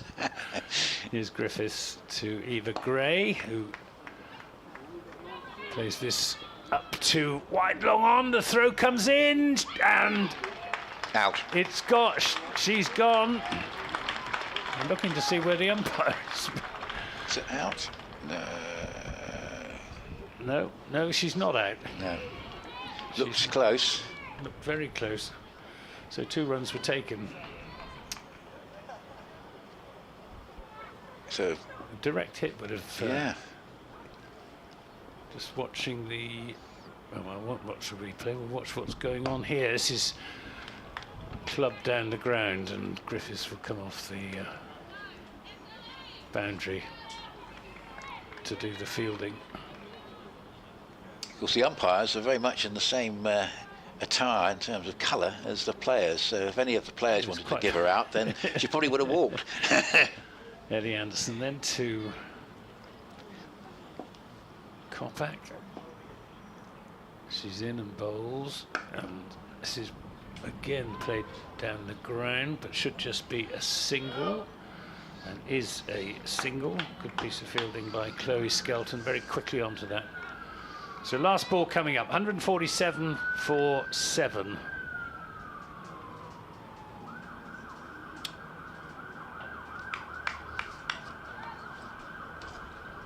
It'll be Anderson to Eva Gray. She's in bowls, and this is up in the air, should be. It's going to land safe, in fact, between 3 fielders. The throw comes into the wicketkeeper's end, and she flicks it onto the stumps, does Bex Odgers. But Eva Gray is safely home, so it's 149 for 7 that Essex finish at in their 20 overs. Somerset will need 150 to win their first game in the Women's Vitality Blast. And, well, the standout bowlers for Somerset, Ellie Anderson, who finishes with 3 for 19 in her 4 overs. Amanda Jade Wellington, 2 for 21 in her 4 overs. The other wicket takers, Holly Robbins, 1 for 27, and Alex Griffiths, 1 for 30. But I think Nick Ledhill is very nicely and pretty evenly balanced. Yes, and they weren't saying that about a Champions League final at any stage last night, so I think we've got a decent game on here. And yeah, 150. I think Essex will probably feel they've left 10 runs out there, but I think all credit to Somerset, and particularly their fielding, which I thought was excellent. So we'll be back. We'll have to take a bit of a break, and we'll be back with the story of the second innings in around about 12 minutes time. Anderson, 4 overs, no maintenance, 3 for 9.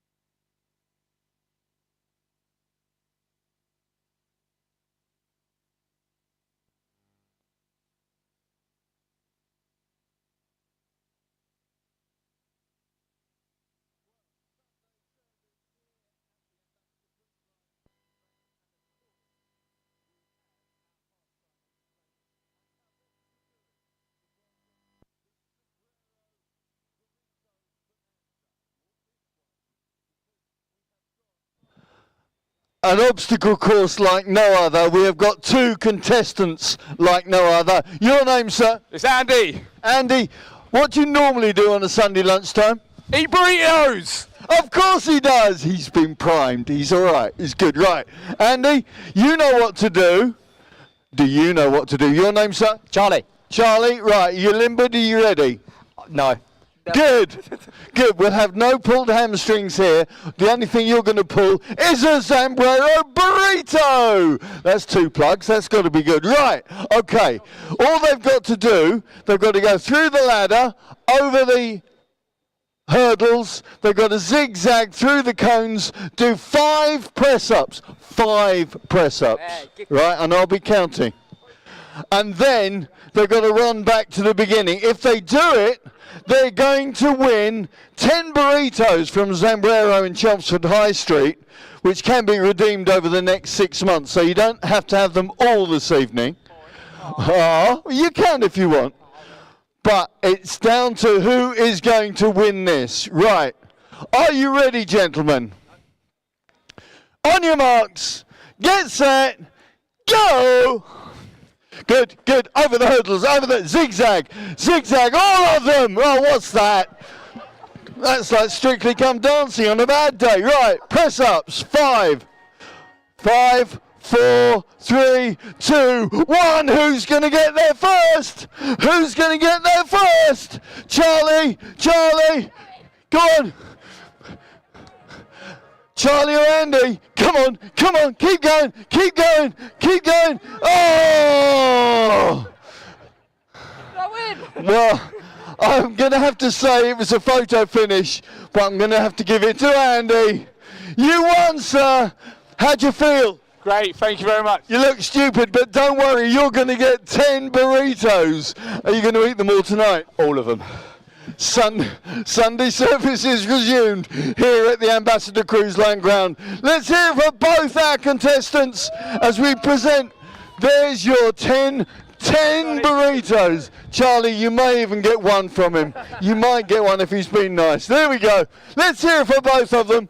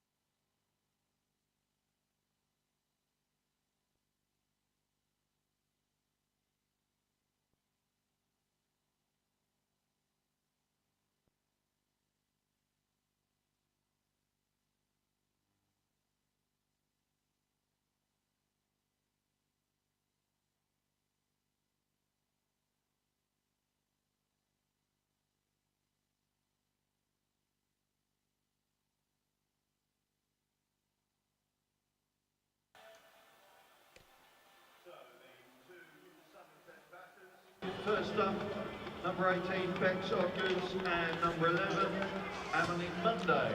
And here comes Essex, led by Captain Greg Scriven.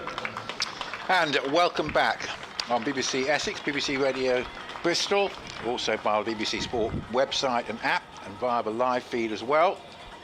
This is Nick Ledghill here with Anthony Gibson. What we think is going to be quite an interesting run chase for the Somerset women, looking for 150 to get their first win of this Vitality Blast. And also, of course, Essex looking for their first win, both sides having lost on Friday. And an interesting little battle ahead. David Jackman, our scorer, is with us as well. It's a fine afternoon. Story of Somerset bowling and fielding well and taking wickets at important times earlier on. But Essex, one way or another, nice cameo from Sophia Smell, got up to 149. And here's Anthony for the first over of the reply. Which is going to be bowled, I think, by, it is Kate Kopak. She's going to be bowling to Somerset's wicket-keeper, Bex Odgers. She's got a slip in. I think that's the first slip we've seen in the game so far. Here she comes, Kopak to Odgers, is dropped by that self-same slip. Well, it was Lizzie McLeod who dropped a pretty straightforward chance, as first slip chances go. Well, you're highlighting the fact the slip was in, and unfortunately, she couldn't hang on to it. It's a good delivery. Have to hope from the Essex point of view, but that doesn't prove too costly. Bex Odgers, Cornish girl, played her club cricket in Cornwall for Grampound Road. Kopak bowls and Odgers pulls, but doesn't time it. Goes to mid-wicket, and there's no run. The noise level amongst the spectators is increasing with Essex in the field. The crowd building up all the time. And this very pleasant June sunshine, the 1st of June. Kate Kopak comes from Cheshire originally. Played for Middlesex and then for the Sunrisers. She's in to bowl to Odgers, who goes for a wide one outside the off stump, which is signalled as a wide by umpire Rose Dovey, who has the distinction of being the most diminutive umpire I have seen in top-level cricket. She hasn't had much in the way of adjudication to do just yet. Don't think there were any real not sort of proper LBW appeals. There were one or two token ones in the Essex innings. That's certainly the case. It's Kopak to Odgers, who lofts this away through the onside for 6. Away, it's a shorter boundary on that side of the ground, away towards the Felsted School stand and the flats beyond. Yeah, in the wrong place for that reason, unfortunately, there from Kate Kopak, but it must be disappointing for her, because she'll thinking that 6 should never really have been struck, because the batter should have been back in the dressing room. Yeah. 7 without loss, 6. As Kopak bowls to Odgers, short again, and this time she is caught. She does get a nick on it, and well caught by Lauren Winfield Hill, the Essex wicketkeeper, and that's a big blow to Somerset hopes, because Bex Odgers is the biggest hitter really in their top and middle order, and they would have been hoping that she'd have got this innings off to a flying start, where she hit a 6, but then she chased a really wide ball from Kate Kopak, and it's caught behind. 7 for 1 in the first over. An over of contrasting emotions for Kate Kopak. First ball drop at slip, then that splendid 6 showing what Rogers could do, and then a nicely taken catch by Winfield Hill, who is keeping wicket today. The one change from the Essex side is that she's in for Amara Khan. She's keeping wicket, and Abta Masood is playing. Didn't get a bat earlier on, but see her there. She's going to get a bowl later on, I'm sure. And so relief all round, particularly, I guess, for Lizzie McLeod, who put the catch down. So All's well that ends well, classic there. And yeah, a good early wicket. What Essex really want here is obviously to take 2 or 3 early to really put the pressure on Somerset. Right, 2 balls the first over remaining. It's Kate Kopak with the wind behind her and the wind in her sails, and this is again pretty wide. I'm surprised that wasn't called a wide, but we're not in a good position to judge wides. We're at a deep third with the bowling from the Hayes close end to a right-hander.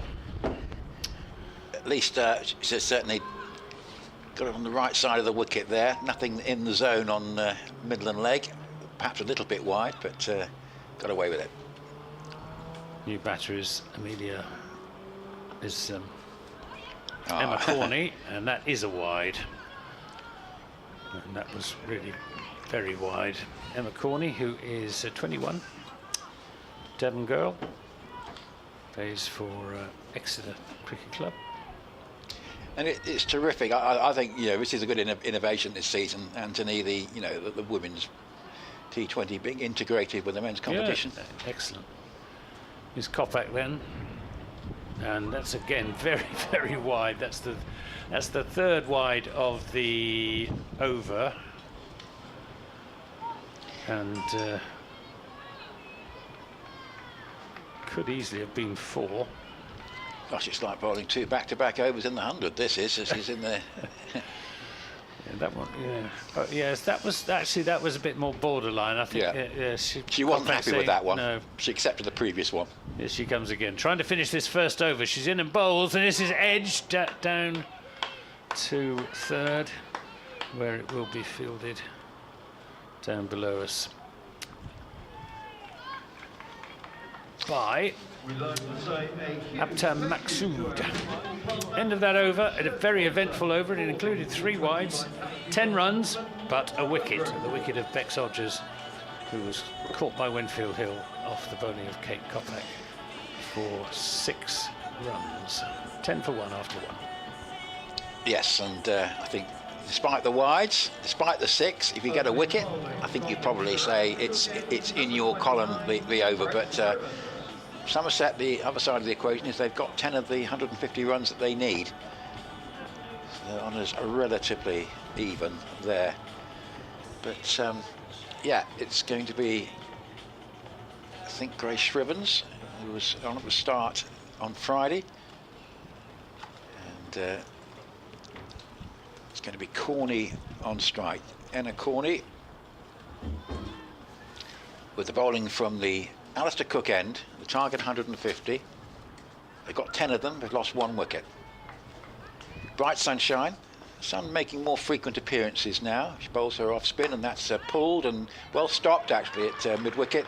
Would have been 2 otherwise, possibly, because it was going to the longer boundary. It would have been a run around for Joe Gardner, so saved a couple of runs there. Did Maddie Penner. This one again is slightly short and pulled away. This goes out towards boundary rider Cordelia Griffith, who makes a mistake at deep backward square leg. Her fielding was pretty impeccable on Friday night. Well, a lot was coming to her. That one she just fumbled and allowed the 2nd run. So 12 for 1. Corney 3. Shrivens again. Goes round the wicket, bowls, an attempted pull shot to a wide. Too many wides for Essex at the moment. It's outside the leg stump. I think Somerset only bowled 2, didn't they? Yeah, so it's a bit of a change already.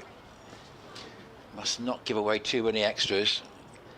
Here's Shrivens again, bowls, and that's a good ball. Defensive shot back down the pitch, and there's no run. So Corney and Monday. Enna Corney and Amelia Mundy were 2 batters. It's Corney who's had all the striking miss over so far, and she backs away and goes for a big swing and is bowled. Slightly ungainly shot, probably not needed at that point, because Somerset have been gifted a few runs with the extras, and she sort of backed away and tried to give herself room to hammer that away towards us really at long on, and it's gone right through her. And that's Essex will be pleased now. They've got 2 relatively quick wickets, and although they've been a bit profligate with the wides, they have certainly settled for this, Anthony. Goodness me, it wasn't a very good shot. It was close to being a long hop, that. Yes. Her eyes possibly lit up. Yeah, but I think so, and she swung hard at it and missed it. You could, with that big boundary, could have just played a more conventional shot for a 2 if you just found the gap. And, well, I mean, it was there for a big hit, wasn't it? Just played it wrong. Yeah. So Essex, very disappointed. Essex will be pleased with that because it's been a slightly mixed start in the field with the wides, but there's nothing like 2 wickets in the first 11 deliveries. So who have we got? Fran Wilson. And she's got 1 ball to face. It's the coming towards the end of this this over. She's actually got 2 balls to face. She's been struggling for form, I am told. A good time to Fran find Wilson. it. Here's Wilson facing up to Shriven. She goes on the reverse sweep. That's an ambitious shot for someone that's struggling for form a bit. Yes, if she could have got it away, but in the end she missed it, and it wasn't too far away from her off stump. Nicely gathered in by Winfield Hill. It'd be a good idea just to pick up the pace of the pitch first and see what the bowlers are up to before trying a reverse sweep. But that's not the modern way. That's not the modern way. The men cricketers do it as well. So here's Shrivens. Essex is going to have to watch the length of time it takes to take their 20 overs because the amount of extras we've had, they're going to be. Actually, they were a bit out of time on Friday as well. Here's a delivery which is just worked down to short fine leg. There's no run there. Wanted to try and hit that a little bit squarer because there was at least 1 if she had done. But that's a pretty good over, all told. And Essex will certainly settle for Somerset 13 for 2 in pursuit of 150 with 18 overs to go. Well, a couple of wickets rather donated with Bex Hodges chasing a wide one, nicking it through to the wicketkeeper. And then Emma Corney missing a long hop. Right, we're going to have another over from Kate Kopak from the Graham Gooch end with slip. Lizzie McLeod still there. 4 saving 1 on the offside, 2 on the on. Got back in and bowls. This is driven nicely away through the offside. That'll be 4 runs. That's the best shot. Well, I suppose to pick up 6 from Hodges was a pretty good shot, but that was a more conventional off drive from Amelia Munday. Somerset go on to 17 for 2 in the 3rd over, chasing 150. Yeah, it was a nice shot, that, wasn't it? Like the authentic off drive. Lovely sunshine here now at the County Ground in Chelmsford. As Kopak bowls wide outside the off stump, but not wide enough to be called a wide. She's obviously been asked to bowl on or outside off stump. Yes. With short boundary, perhaps. To the leg on side. The leg side, yeah. Yes, you don't. Well, Hodges with that 6 shows what can happen if you do stray onto middle and leg stump. She's in and bowls and playing a miss this time to a ball leaving her outside the off stump. That one did a little bit off the seam. There wasn't much movement for the Somerset seam bowlers. Amanda Jade Wellington got 1 or 2 of her leg breaks to turn. Somerset's fielding was very good. It the was. Catching was excellent. Essex have dropped catching. 1, so they've got to make sure that, and they've also, of course, conceded more wides than Somerset did, so got to make sure that they keep chipping away here.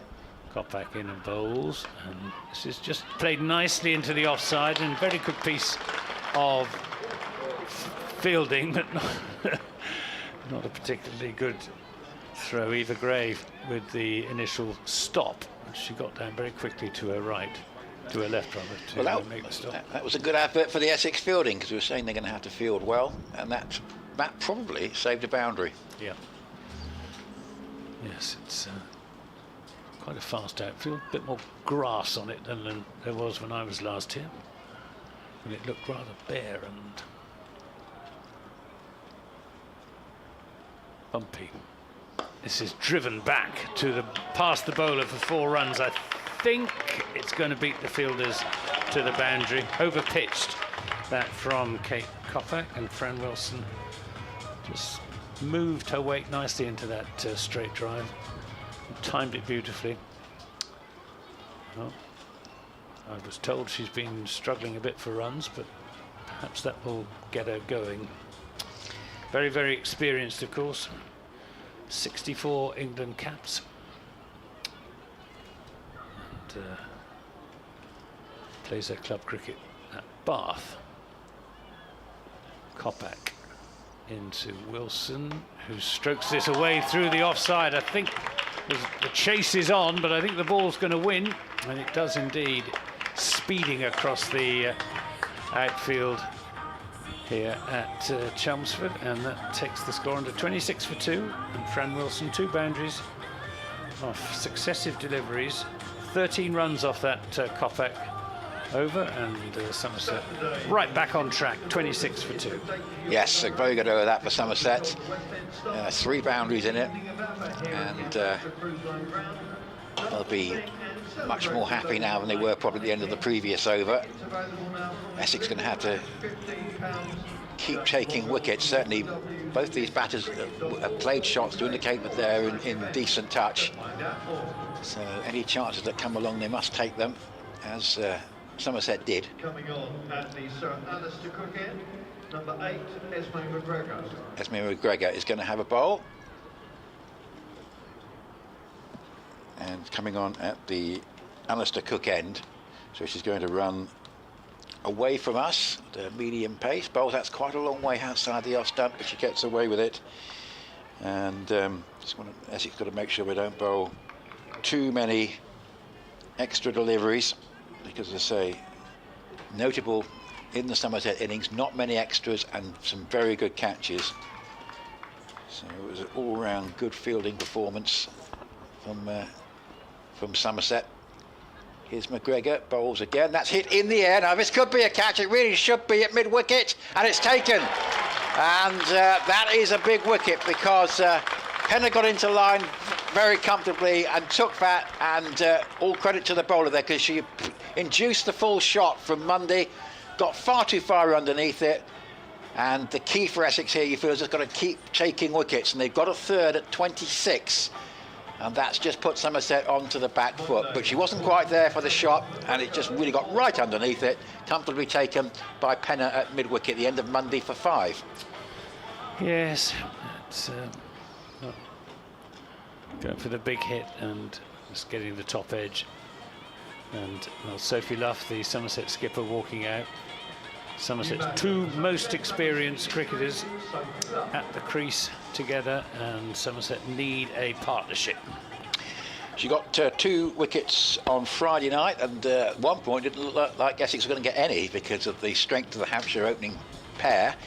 But she chipped away with 2 for 42 in that Hampshire innings, and she's got a very early strike here as Esme McGregor, so she'll be pleased about that. And again, she just induced the full shot. So it's going to be Sophie Luff just doing a bit of gardening. 26 for 3. Last over was very good for Somerset, but other than that, wickets have been going. I might feel they've lost 1 too many at this point. Luff on strike will play up towards Penner at mid-wicket, and there is no run. 26 for 3. They certainly want a bit of a partnership now, and they're really struggling if they were to lose a couple more quickly. Well, they can't afford to lose another wicket quickly, because if a wicket will mean one of these 2, and it's really on these 2 batters that Somerset hopes are resting. Luff on strike will just push up into the offside. Quick single here, pick up and shy at the stumps is quite wide. I think it was always on, because that was pretty well judged. It was hit to the right of Eva Gray at backward point, and she was going to be throwing at the end to which Luff was running, but Luff had called Wilson through for the single very quickly. Now Wilson gets one outside the off stump, plays another lovely shot off the back foot. She's unlucky, but it's going to be stopped by the sweeper on the cover boundary, but good shot again, and she has looked in terrific touch in the short time she's been at the crease. 9 from 5 balls. She gets another single there. It's 28 for 3 in the fourth, chasing 150. Yeah, she certainly doesn't look as if she'd been struggling for form. A beautiful shot. Essex lacked the major innings. Can one of these two produce that for Somerset? 28 for 3, chasing 150. McGregor bowls and just played away into the offside. And again, good running. There's no way that's going to be stopped as it's picked up by Sophie Smell. They're going to get a run. They do. And just sprinting on. Goodness me, he's going at a lick. Yeah, maybe making sure that the game keeps moving, because we get too many extras, so we'll be impinging on the men's games time. 29 for 3, Wilson 9 and Luff 2, although there is a nice gap between the two. The men's game due to start at 4 o'clock, and of course we're going to bring that to you as well. 29 for 3. It's just pads that are a bit of an issue. Fran Wilson's pads being attended to by one of the Somerset coaching staff. She needs new Velcro by the look of it. So that's the delay. Somerset needing 150. Required rate 7.56. Oh goodness me! Look at the speed of this.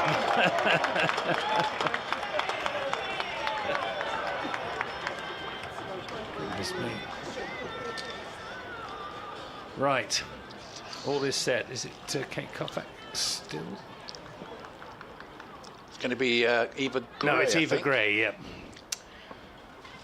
Bowling to Sophie Luff, and Luff just plays that up the onside of the pitch. Yes, back in the day, Anthony, I remember when people were moving at that speed, as the physio was at sporting events. The difference then was they tended not to be wearing any clothes, if you remember, back in the mid-70s.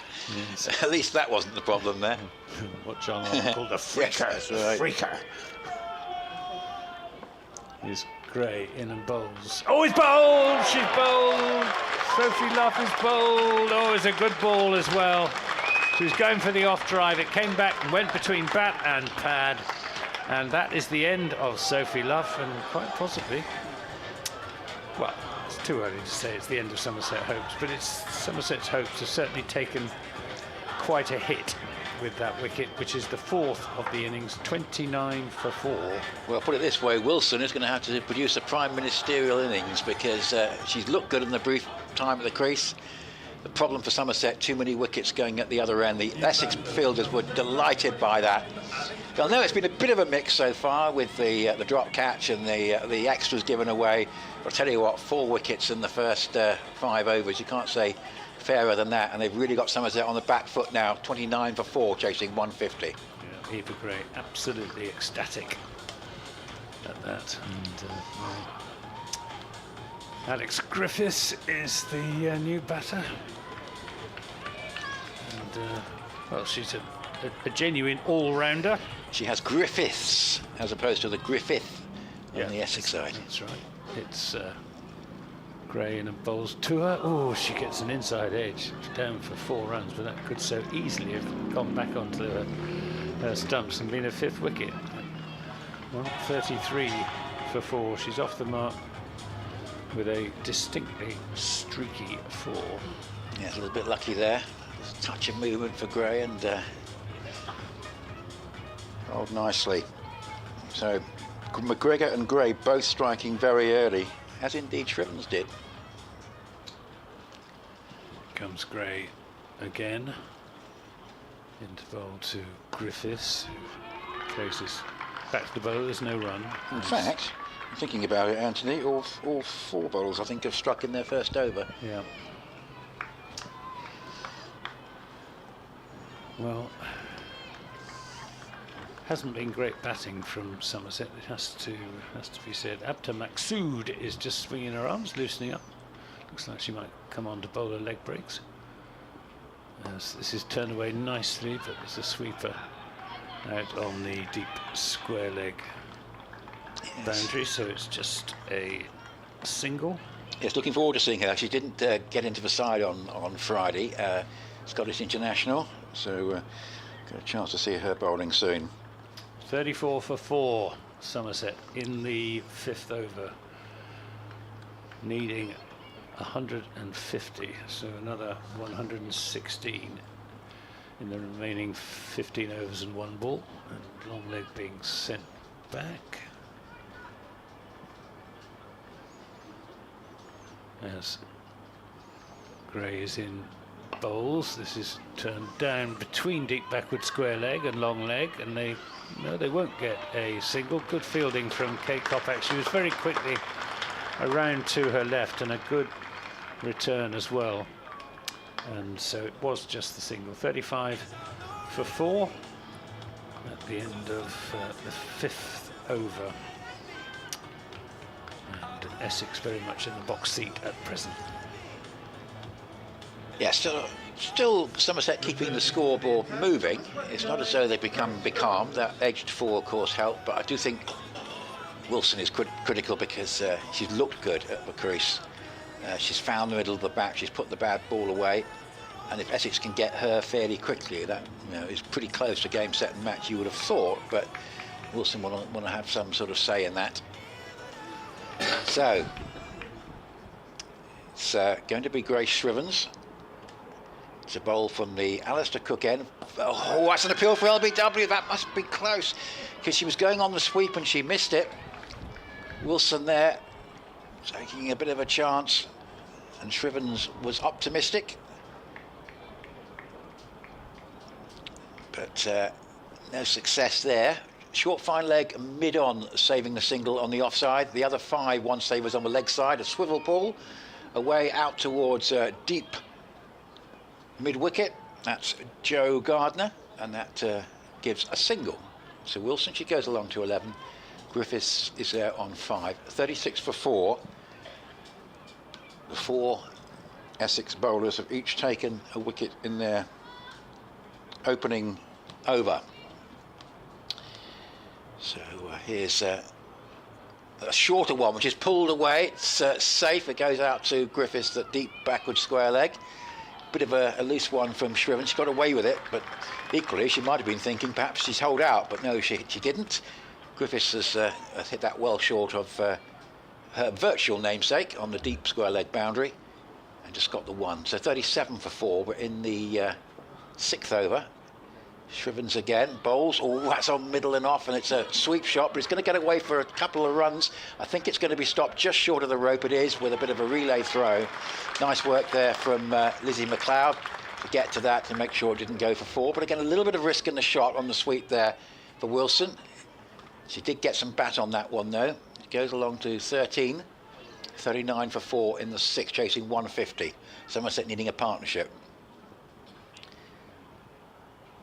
So on the offside, mid-off, shortish extra cover, backward point and short third man, all saving 1. There's an appeal again for LBW here. That was more of a stifled shout, but she's getting a little bit of turnout there, and Wilson's just struggling a little bit. She was a long way down, Frank Wilson. Pretty optimistic. Yes, that was just one that was cut off because she got down the pitch. But when it's been more pitched up, she's had, I think, been a bit fortunate with her attempted sweeps. Let's see what happens. Here's another one that is swept, but that's a better shot, and that's going away potentially for 4. Griffiths is chasing round. She will get to it, and are we going to see a rare 3? We are, I think. In comes the throw, and they get back for the 3rd run. Just about relay throw, but both batters are in, and that was the best sweep attempt. 3rd time lucky really there for Wilson. That was a pretty well executed shot. She got 3 runs, kept the bowling. Pretty good over in the end, that for Somerset. 42 for 4. She has 16 and Griffiths has 6. So that's the power play done and dusted. I'm just trying to remember what the Essex score was at the end of their very close. I'll check for you, but it's very close. They were 2 down, weren't they? But 46 for 2? Yeah. And Somerset 42 for 4. And a lot of responsibility resting on Fran Wilson's shoulders. She's not tall, but she's a good athlete, is Fran Wilson, very experienced. And going to have an over, another over, or an over. Oh, it's Sophia Smale standing in front of the umpire, shades of Sophie Eccleston.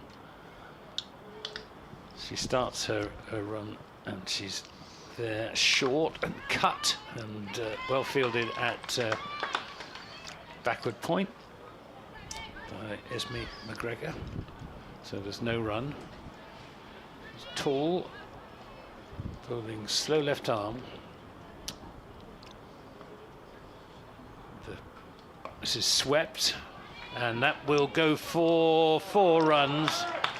It hesitated because there was a gallant effort by Kate Koppak down on the long leg boundary to make the stop, but to no avail, and Fran Wilson moves on to 20. Yep, starting to get Somerset 50 on the ball. Yep, sweep shot going well now for her, and she does look to be the key here. She really does. She's on 20 from 13 balls. Essex will be delighted to get her out. I think this is just about the shortest run-up I've seen. This is punched away through the offside. It's beaten the infield. It will just be overhauled inside the boundary. They'll come back for 3 runs.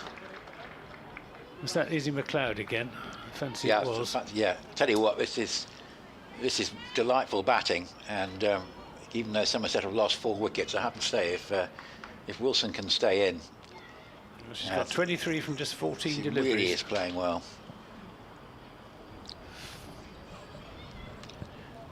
So much depends on Essex. If they can't get her out, they're making progress at the other end, but if they can get her out, they're going to be in a very strong position.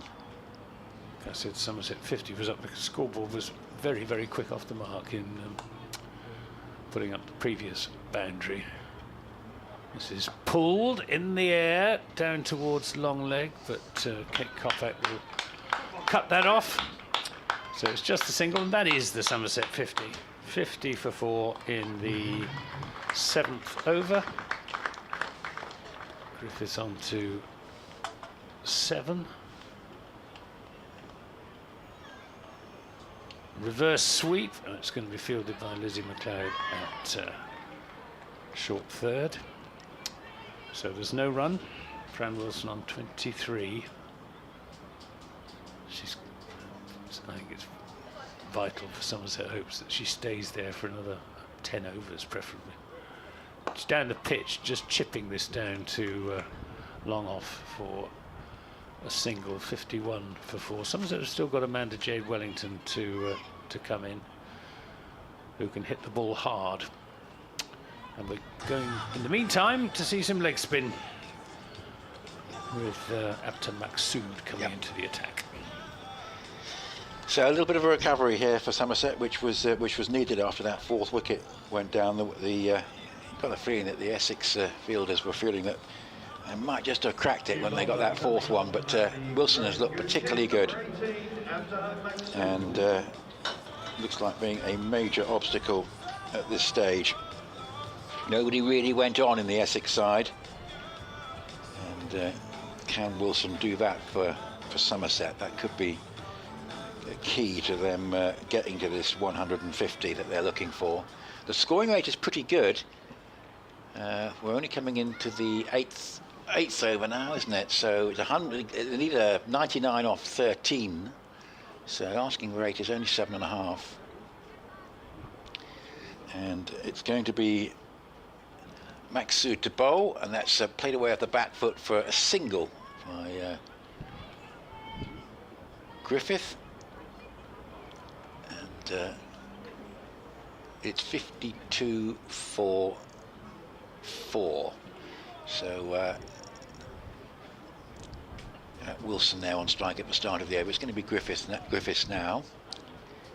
Just playing that, just played it away, just square through the offside. So Griffiths on strike now, she's on 7. 52 for 4, needing 150. It's one floated up and driven away for another single, just a wide of long on. There's Penner. So they're rotating the strike. 1 to Wilson and 1 to Griffiths. And A little bit of a partnership building just when it was really needed here by Somerset. She just loses her run up when she was coming in to bowl there.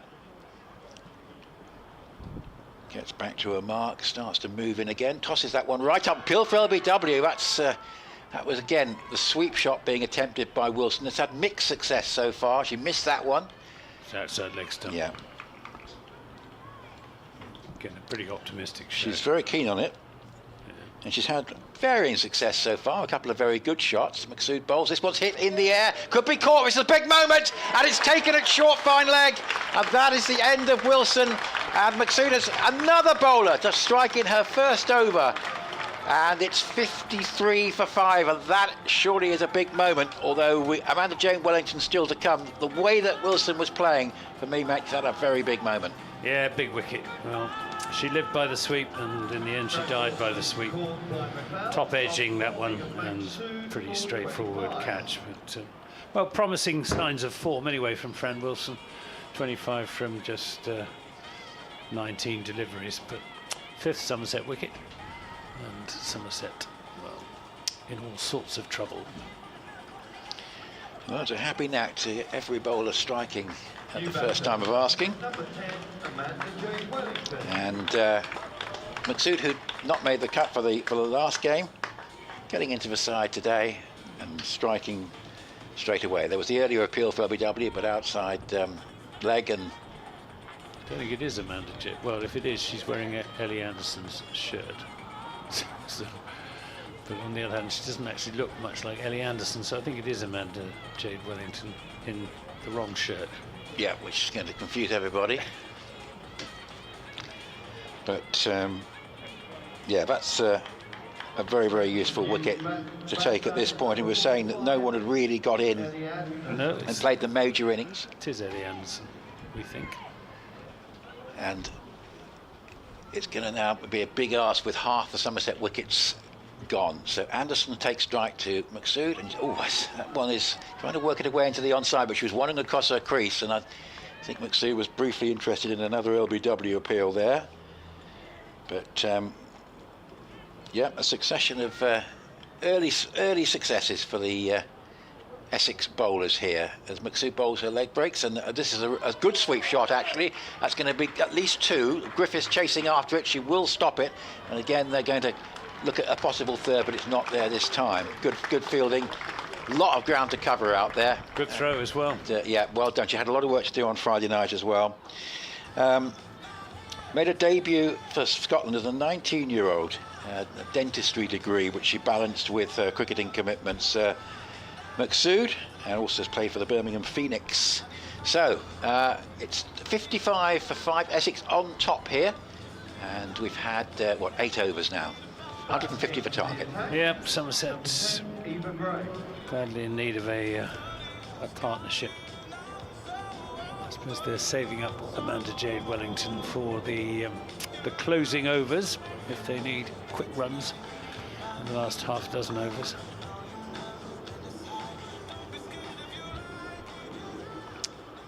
Eva Gray to bowl from the Graham Gooch end, bowling to Alex Griffiths. She's in and bowls. This is pulled away through the onside for 4 runs. Nice pick-up shot from Alex Griffiths. Takes the score under 59 for 5. Just a little bit short of a length. Invitingly on middle of the leg. Nicely dealt with.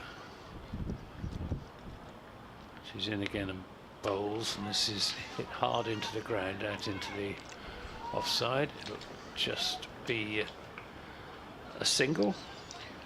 One thing for Somerset is that the scoring rate is still pretty good, in pursuit of 150, only in the 9th over. Yeah, they've not really fallen behind the asking rate. Just at least 1, possibly 2 more wickets than they would have liked. It's the 5 wickets that are the problem.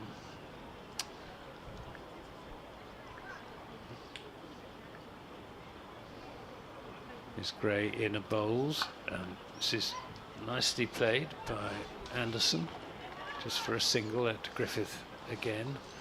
What's the DLS par score? 76, I think. So that's how far. Somerset 15 behind. That's obviously allowing for the fact that 5 wickets are down. 61 for 5. Gray to Griffiths, who plays this to Sophia Smale at extra cover. And there'll be no run.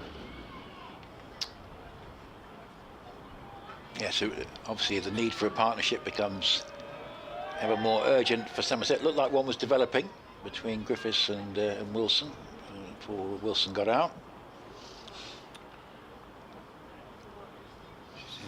Oh, I thought that was almost through.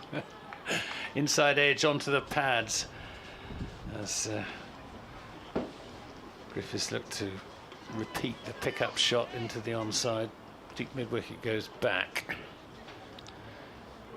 And third comes up into the circle to compensate.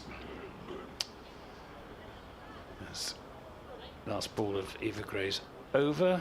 She's in and bowls to Alex Griffiths, who won't get a run this time as she hit straight to Sophia Small at extra cover. End of that over, the 9th over of the innings, 61 for 5.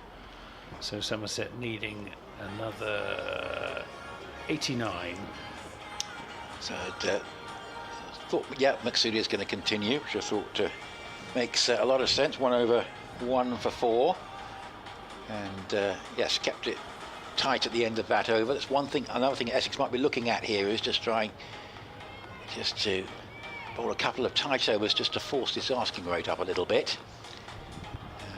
150 for target, so they've been going along pretty well. It's just over 8s required, so a couple of tight overs here will make things even more difficult for this Somerset pair.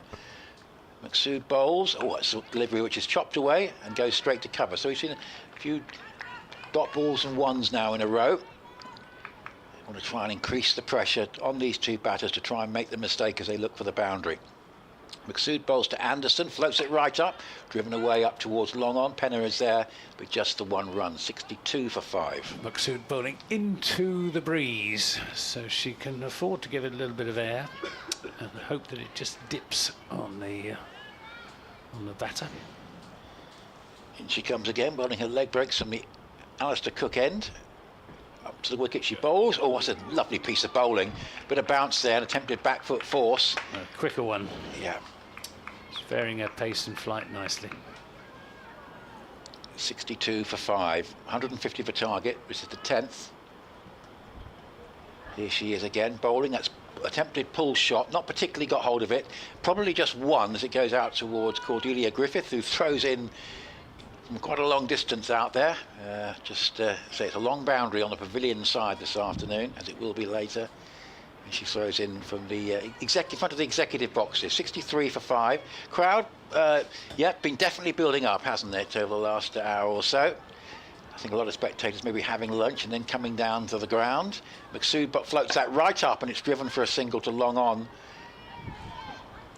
So they're rotating the strike, but it's another tight over here from she's Maksud. bowling very well. Yeah, last ball of the 2nd over. Just the 7 runs are conceded so far. 64 for 5. And she bowls again, floating it up. Beautiful bowling, and she's bowled up. Lovely stuff from Maksud. Really has been a lovely exhibition these first 2 overs. That was just tantalisingly floated up. She went on the drive, Griffiths, and was bowled for 14. And well, Amanda Jade Wellington still to come. In fact, she's coming out there now.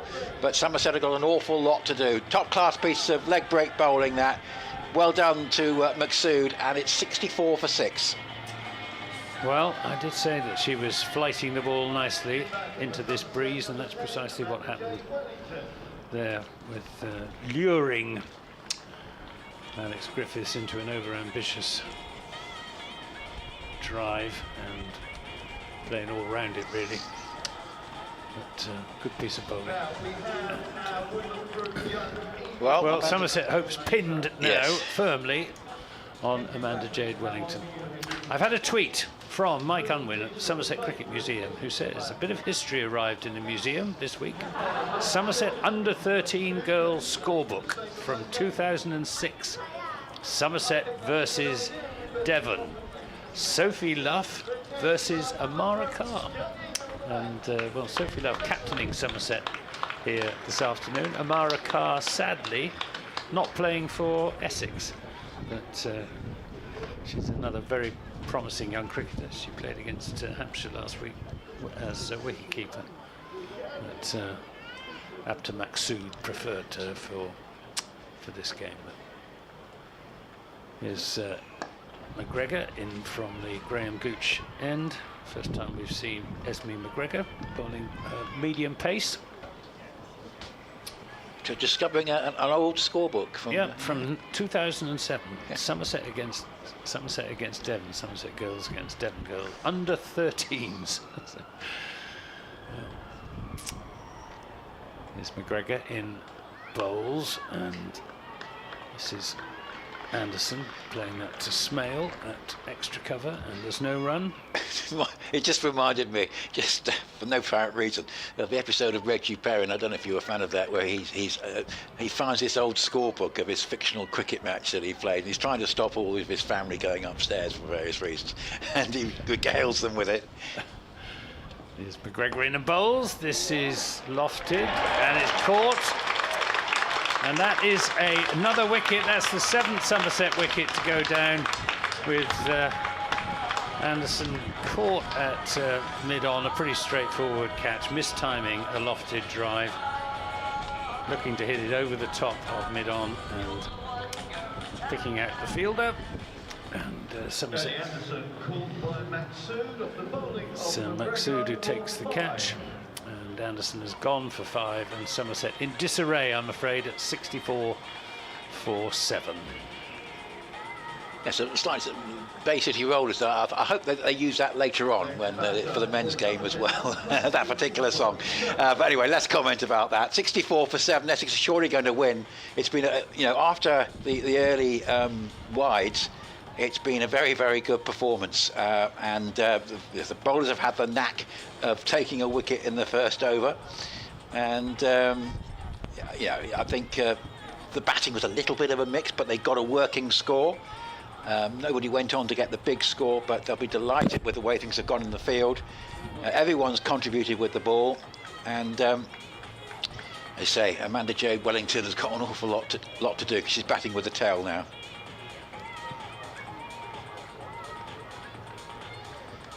Yeah, it's I'll be delighted. And McGregor, particularly 2 for 3 in 9 balls. Here she comes again, into bowl to Chloe Skelton, who is almost caught at short mid-wicket. Fielder flinging herself forward to try and take that catch. It's Maddie Penno's pretty useful fielder.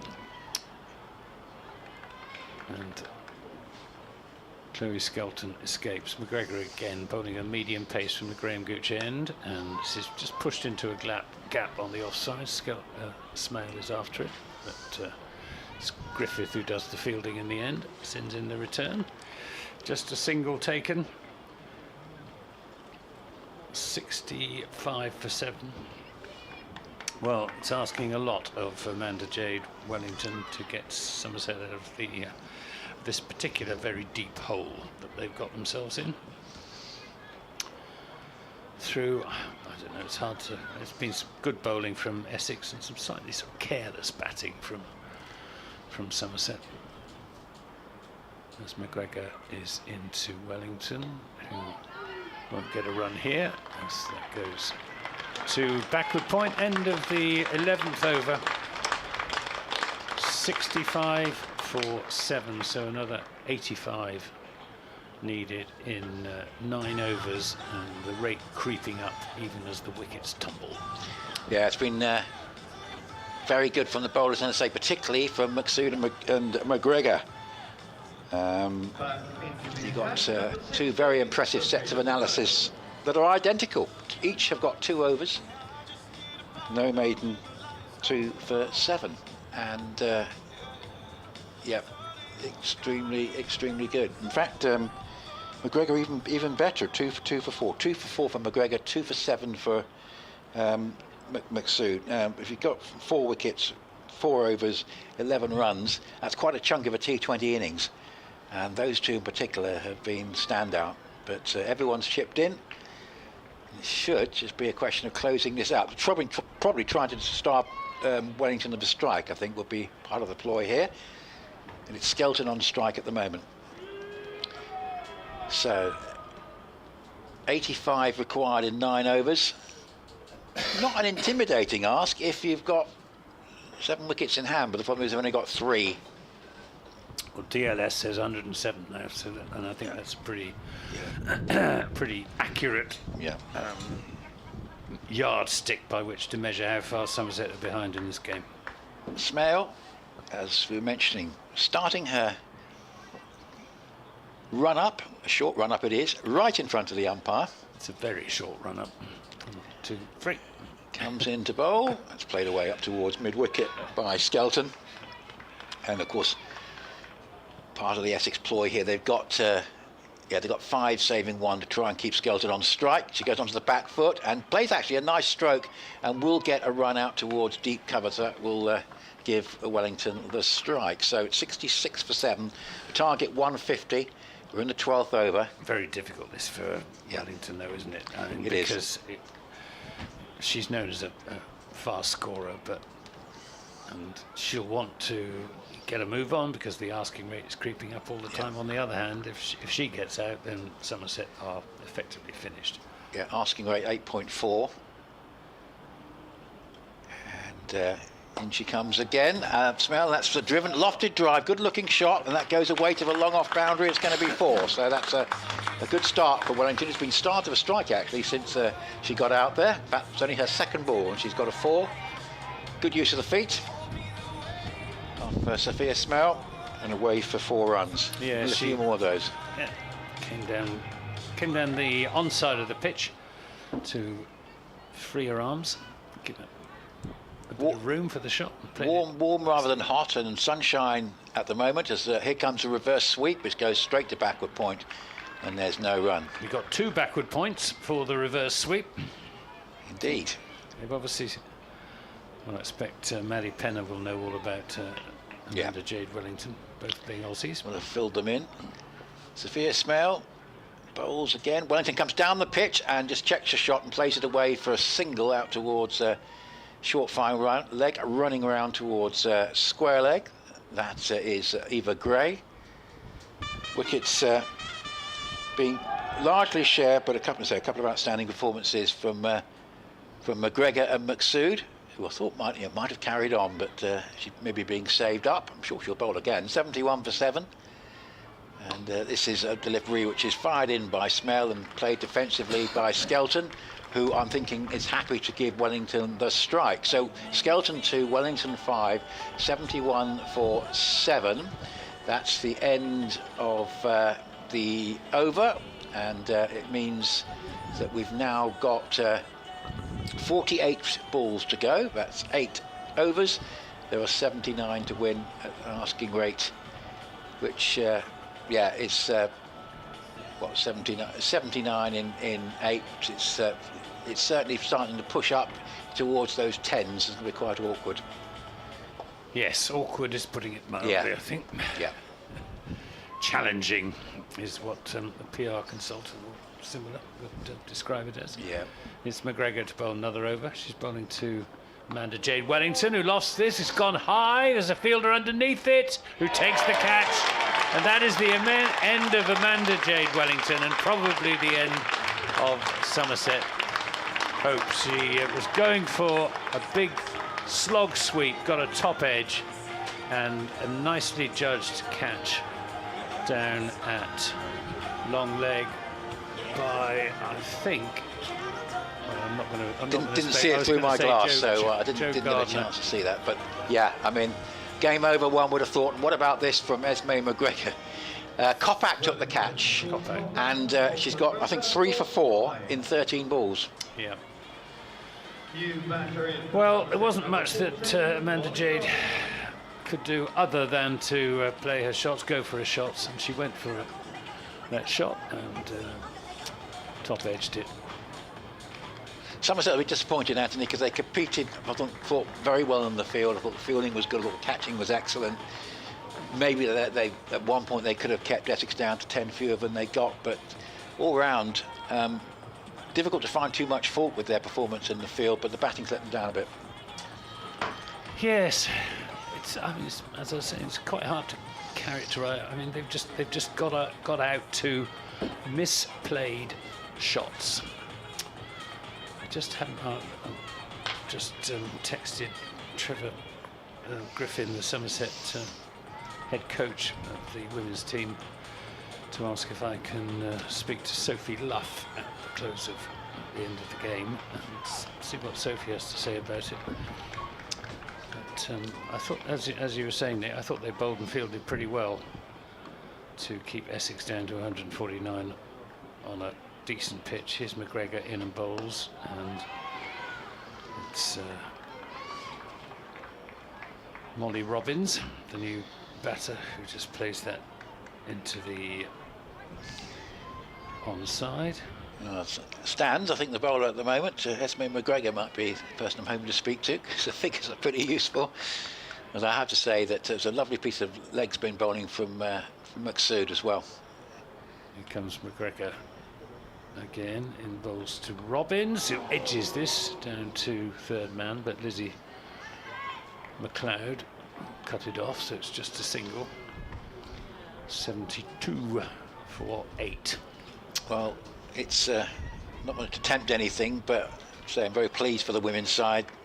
That they've had a bit of a struggle this season, and I thought they competed really well in difficult circumstances on Friday night. McGregor in bowls, and Chloe Skelton plays a textbook defensive shot up the onside of the pitch, but won't get a run. And I suppose, well, Somerset won't want to get bowled out. They'll want to, if they can possibly avoid it, because it won't do their net run rate any favours if they're dismissed in the next 3 or 4 overs.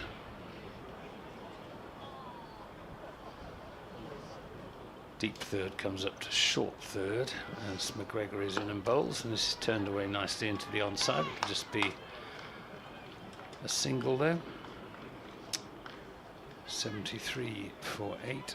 Skelton on to 3. West Indies at Cardiff, 270 for 7, 5 overs and 1 ball to go. Shy Hope 67 not out. A couple of wickets for Mahmood, and I think a couple for Rashid earlier on. That's right. McGregor in bowls, and there'll be a run here for Robbins. It is just the single though, so 74 for 8 after 13 overs. Somerset almost halfway there, but they've lost 4/5 of their wickets, and well, they need another 26, 76 in 7 overs, so it's just about 11 runs and over. Yeah, and Sophia Smell unfortunately wasn't able to continue that run of everyone taking a wicket in their first over. She's the only one I think that's missed out in that respect. The other 5 have. She bowled tidily enough, but we do have Maksud back with these figures of 2 for 7, the leg spin bowler, and I think right that she comes back at this stage with 7 overs to go and 76 needed, and that's played defensively into the offside, and there's no run. It's Robbins on strike, very much down to the bowlers now. And Maksud comes in to bowl, and the forcing shot, nicely played, but out towards deep cover, and a single. And I suppose Somerset now lacking the potential firepower that would be needed. Obviously only halfway to the target, but I think it's difficult. I think they're settling just for getting decent try score. And play out their yeah. Try and play out their overs. 75 for 8. This is attempt to. I think she was thinking of a more aggressive shot than she eventually played there, Skelton, but in the end just ran it out towards mid-wicket, and it was stopped by the aforementioned Sophia Smell moving round. But Essex will be very pleased with this. Maqsood at 76 for 8 comes into bowl again. That's hit away uppishly but safe, and Penner will cut it off at long on. So the asking rate being forced up, of course, all the time as at this stage, and it's probably starting to get a bit out of hand now. And of course, only 2 wickets left. But we're in the 14th over. The target 150. 77 for 8. It is 73 from 38. This is lofted away. It's a good-looking shot over mid-off, going up towards the long-off boundary, and I don't think that's going to be stopped. That was a nice stroke from Skelton. Used her feet well, got it away down the ground for 4. So she goes to 8. 81 for 8. So 37 balls, 69 runs. That's pretty much out of hand for these bowlers, but that was a nice shot. It was. Used her feet well. Made a bit of room for herself. Nice swing of the bat. Maqsood comes into bowl again, floats that up to full toss in the end, and driven away up towards long on. They're going to come back for the second run, and in comes throw, and they're comfortably home for 2. That over not quite as good as the earlier ones, but to be fair to Maqsood, when the pressure was a bit more on earlier on, she really delivered in those first 2 overs, and that one wasn't too bad, but perhaps not quite as successful as the earlier ones. So it's 83 for 8, Skelton 10 and Robbins 4, and there are 67 runs required in 6 overs. I think that's fairly notional. The question is, can McGregor add to her 3 for 7 in 3 overs? Yes. And well, even if she doesn't, I suspect there'll be her best figures in T20 cricket. She's in and bowls, and this is nicely turned off her pads down to long leg by Molly Robbins for a single. 84 for 8. Looks as if Somerset are going to open their T20 blast campaign with 2 defeats, going down to Surrey on Friday night and going down here at Chelmsford. This is driven and it's going to be caught, and that's the 9th Somerset wicket to go down. 84 now for 9, with the skipper, Ray Scrivens, taking a straightforward catch at mid-off.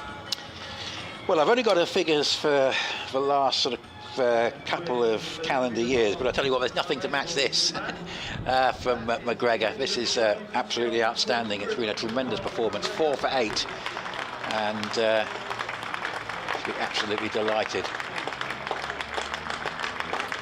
Why is Chloe Skelton going back out? Is that the end of... Oh, it's presumably it. Yeah. Oh, that's it. We had an injured player. Yes, because Olivia player. Barnes damaged her hand, didn't she? So that's it. Yeah. I'm afraid. So Essex have won by 65 runs. Is that right? Yes, yeah, I'm pretty certain that sounds very much right, Anthony. And well, I have to say, I thought neither side would win convincingly, but Essex did, and all credit to them. It was an excellent performance.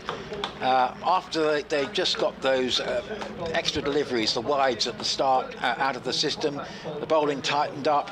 We saw some outstanding individual performances from Maqsood with her 2 overs at the start, and then, of course, McGregor with her outstanding 4 for 8. And I think 5 different bowlers getting a wicket in their first over, which sort of summed up the situation of the match, was that Somerset really never got going. Yep, very disappointing batting performance from Somerset after a pretty useful performance in the field with 3 outstanding catches taken, but none of their batsmen really got going. Top scorer Fran Wilson with 25 from 19, but the tone was set in the very first over when Bex Odgers, having hit Kate Kopak for 6, then chased a wide one and was caught behind, and then wickets fell at regular intervals thereafter, with Monday making 6, Corney 3, Wilson has hit 25, Sophie Luff, the skipper, clean bowled for only 2, Alex Griffiths 14, Ellie Anderson 5, Amanda Jade Wellington 5, Chloe Skelton 10, and Robbins 5 not out. So that's a pretty comprehensive defeat. Yeah, disappointing for the Somerset side, who I thought bowled and fielded well. I thought fielding was outstanding, but the Essex bowlers taking the plaudits. Kopak 1 for 23 in 2, struck in quite an eventful first over. Shrivens 1 for 10 in 2, McGregor 4 for 8 in 3.2, Gray 1 for 12, Sophia Smell none for 15, and Upton Masood 2 for 16 in 3 overs. So there we are, comprehensive win for Essex. Well, will it be the same story in an hour and a quarter? Somerset will be disappointed if it is, because they're coming in a very good form. But yes, I think that's probably an understatement. But yeah, Somerset coming in after a terrific win, Essex after a big defeat. What will happen? We'll be back at about 5 to 4 to tell you. So enjoy the next hour or so, and do many rejoin congratulations to Essex women.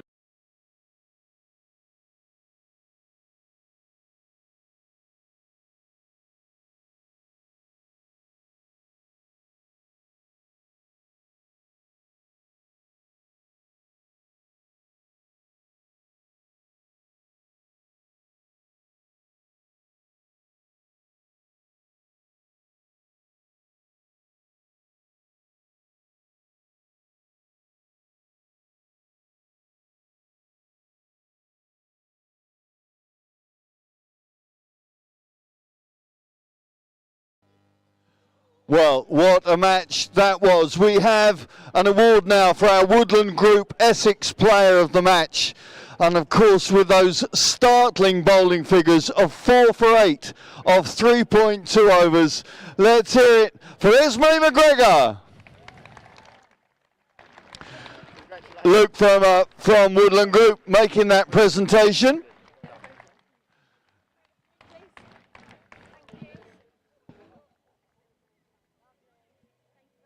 Esme, what a start that was, to win by what, 65 runs? You must be delighted. Yeah, definitely. It was a great effort with the bat, and I think from the bowlers coming in, keeping it simple, yeah, it's a great day for us.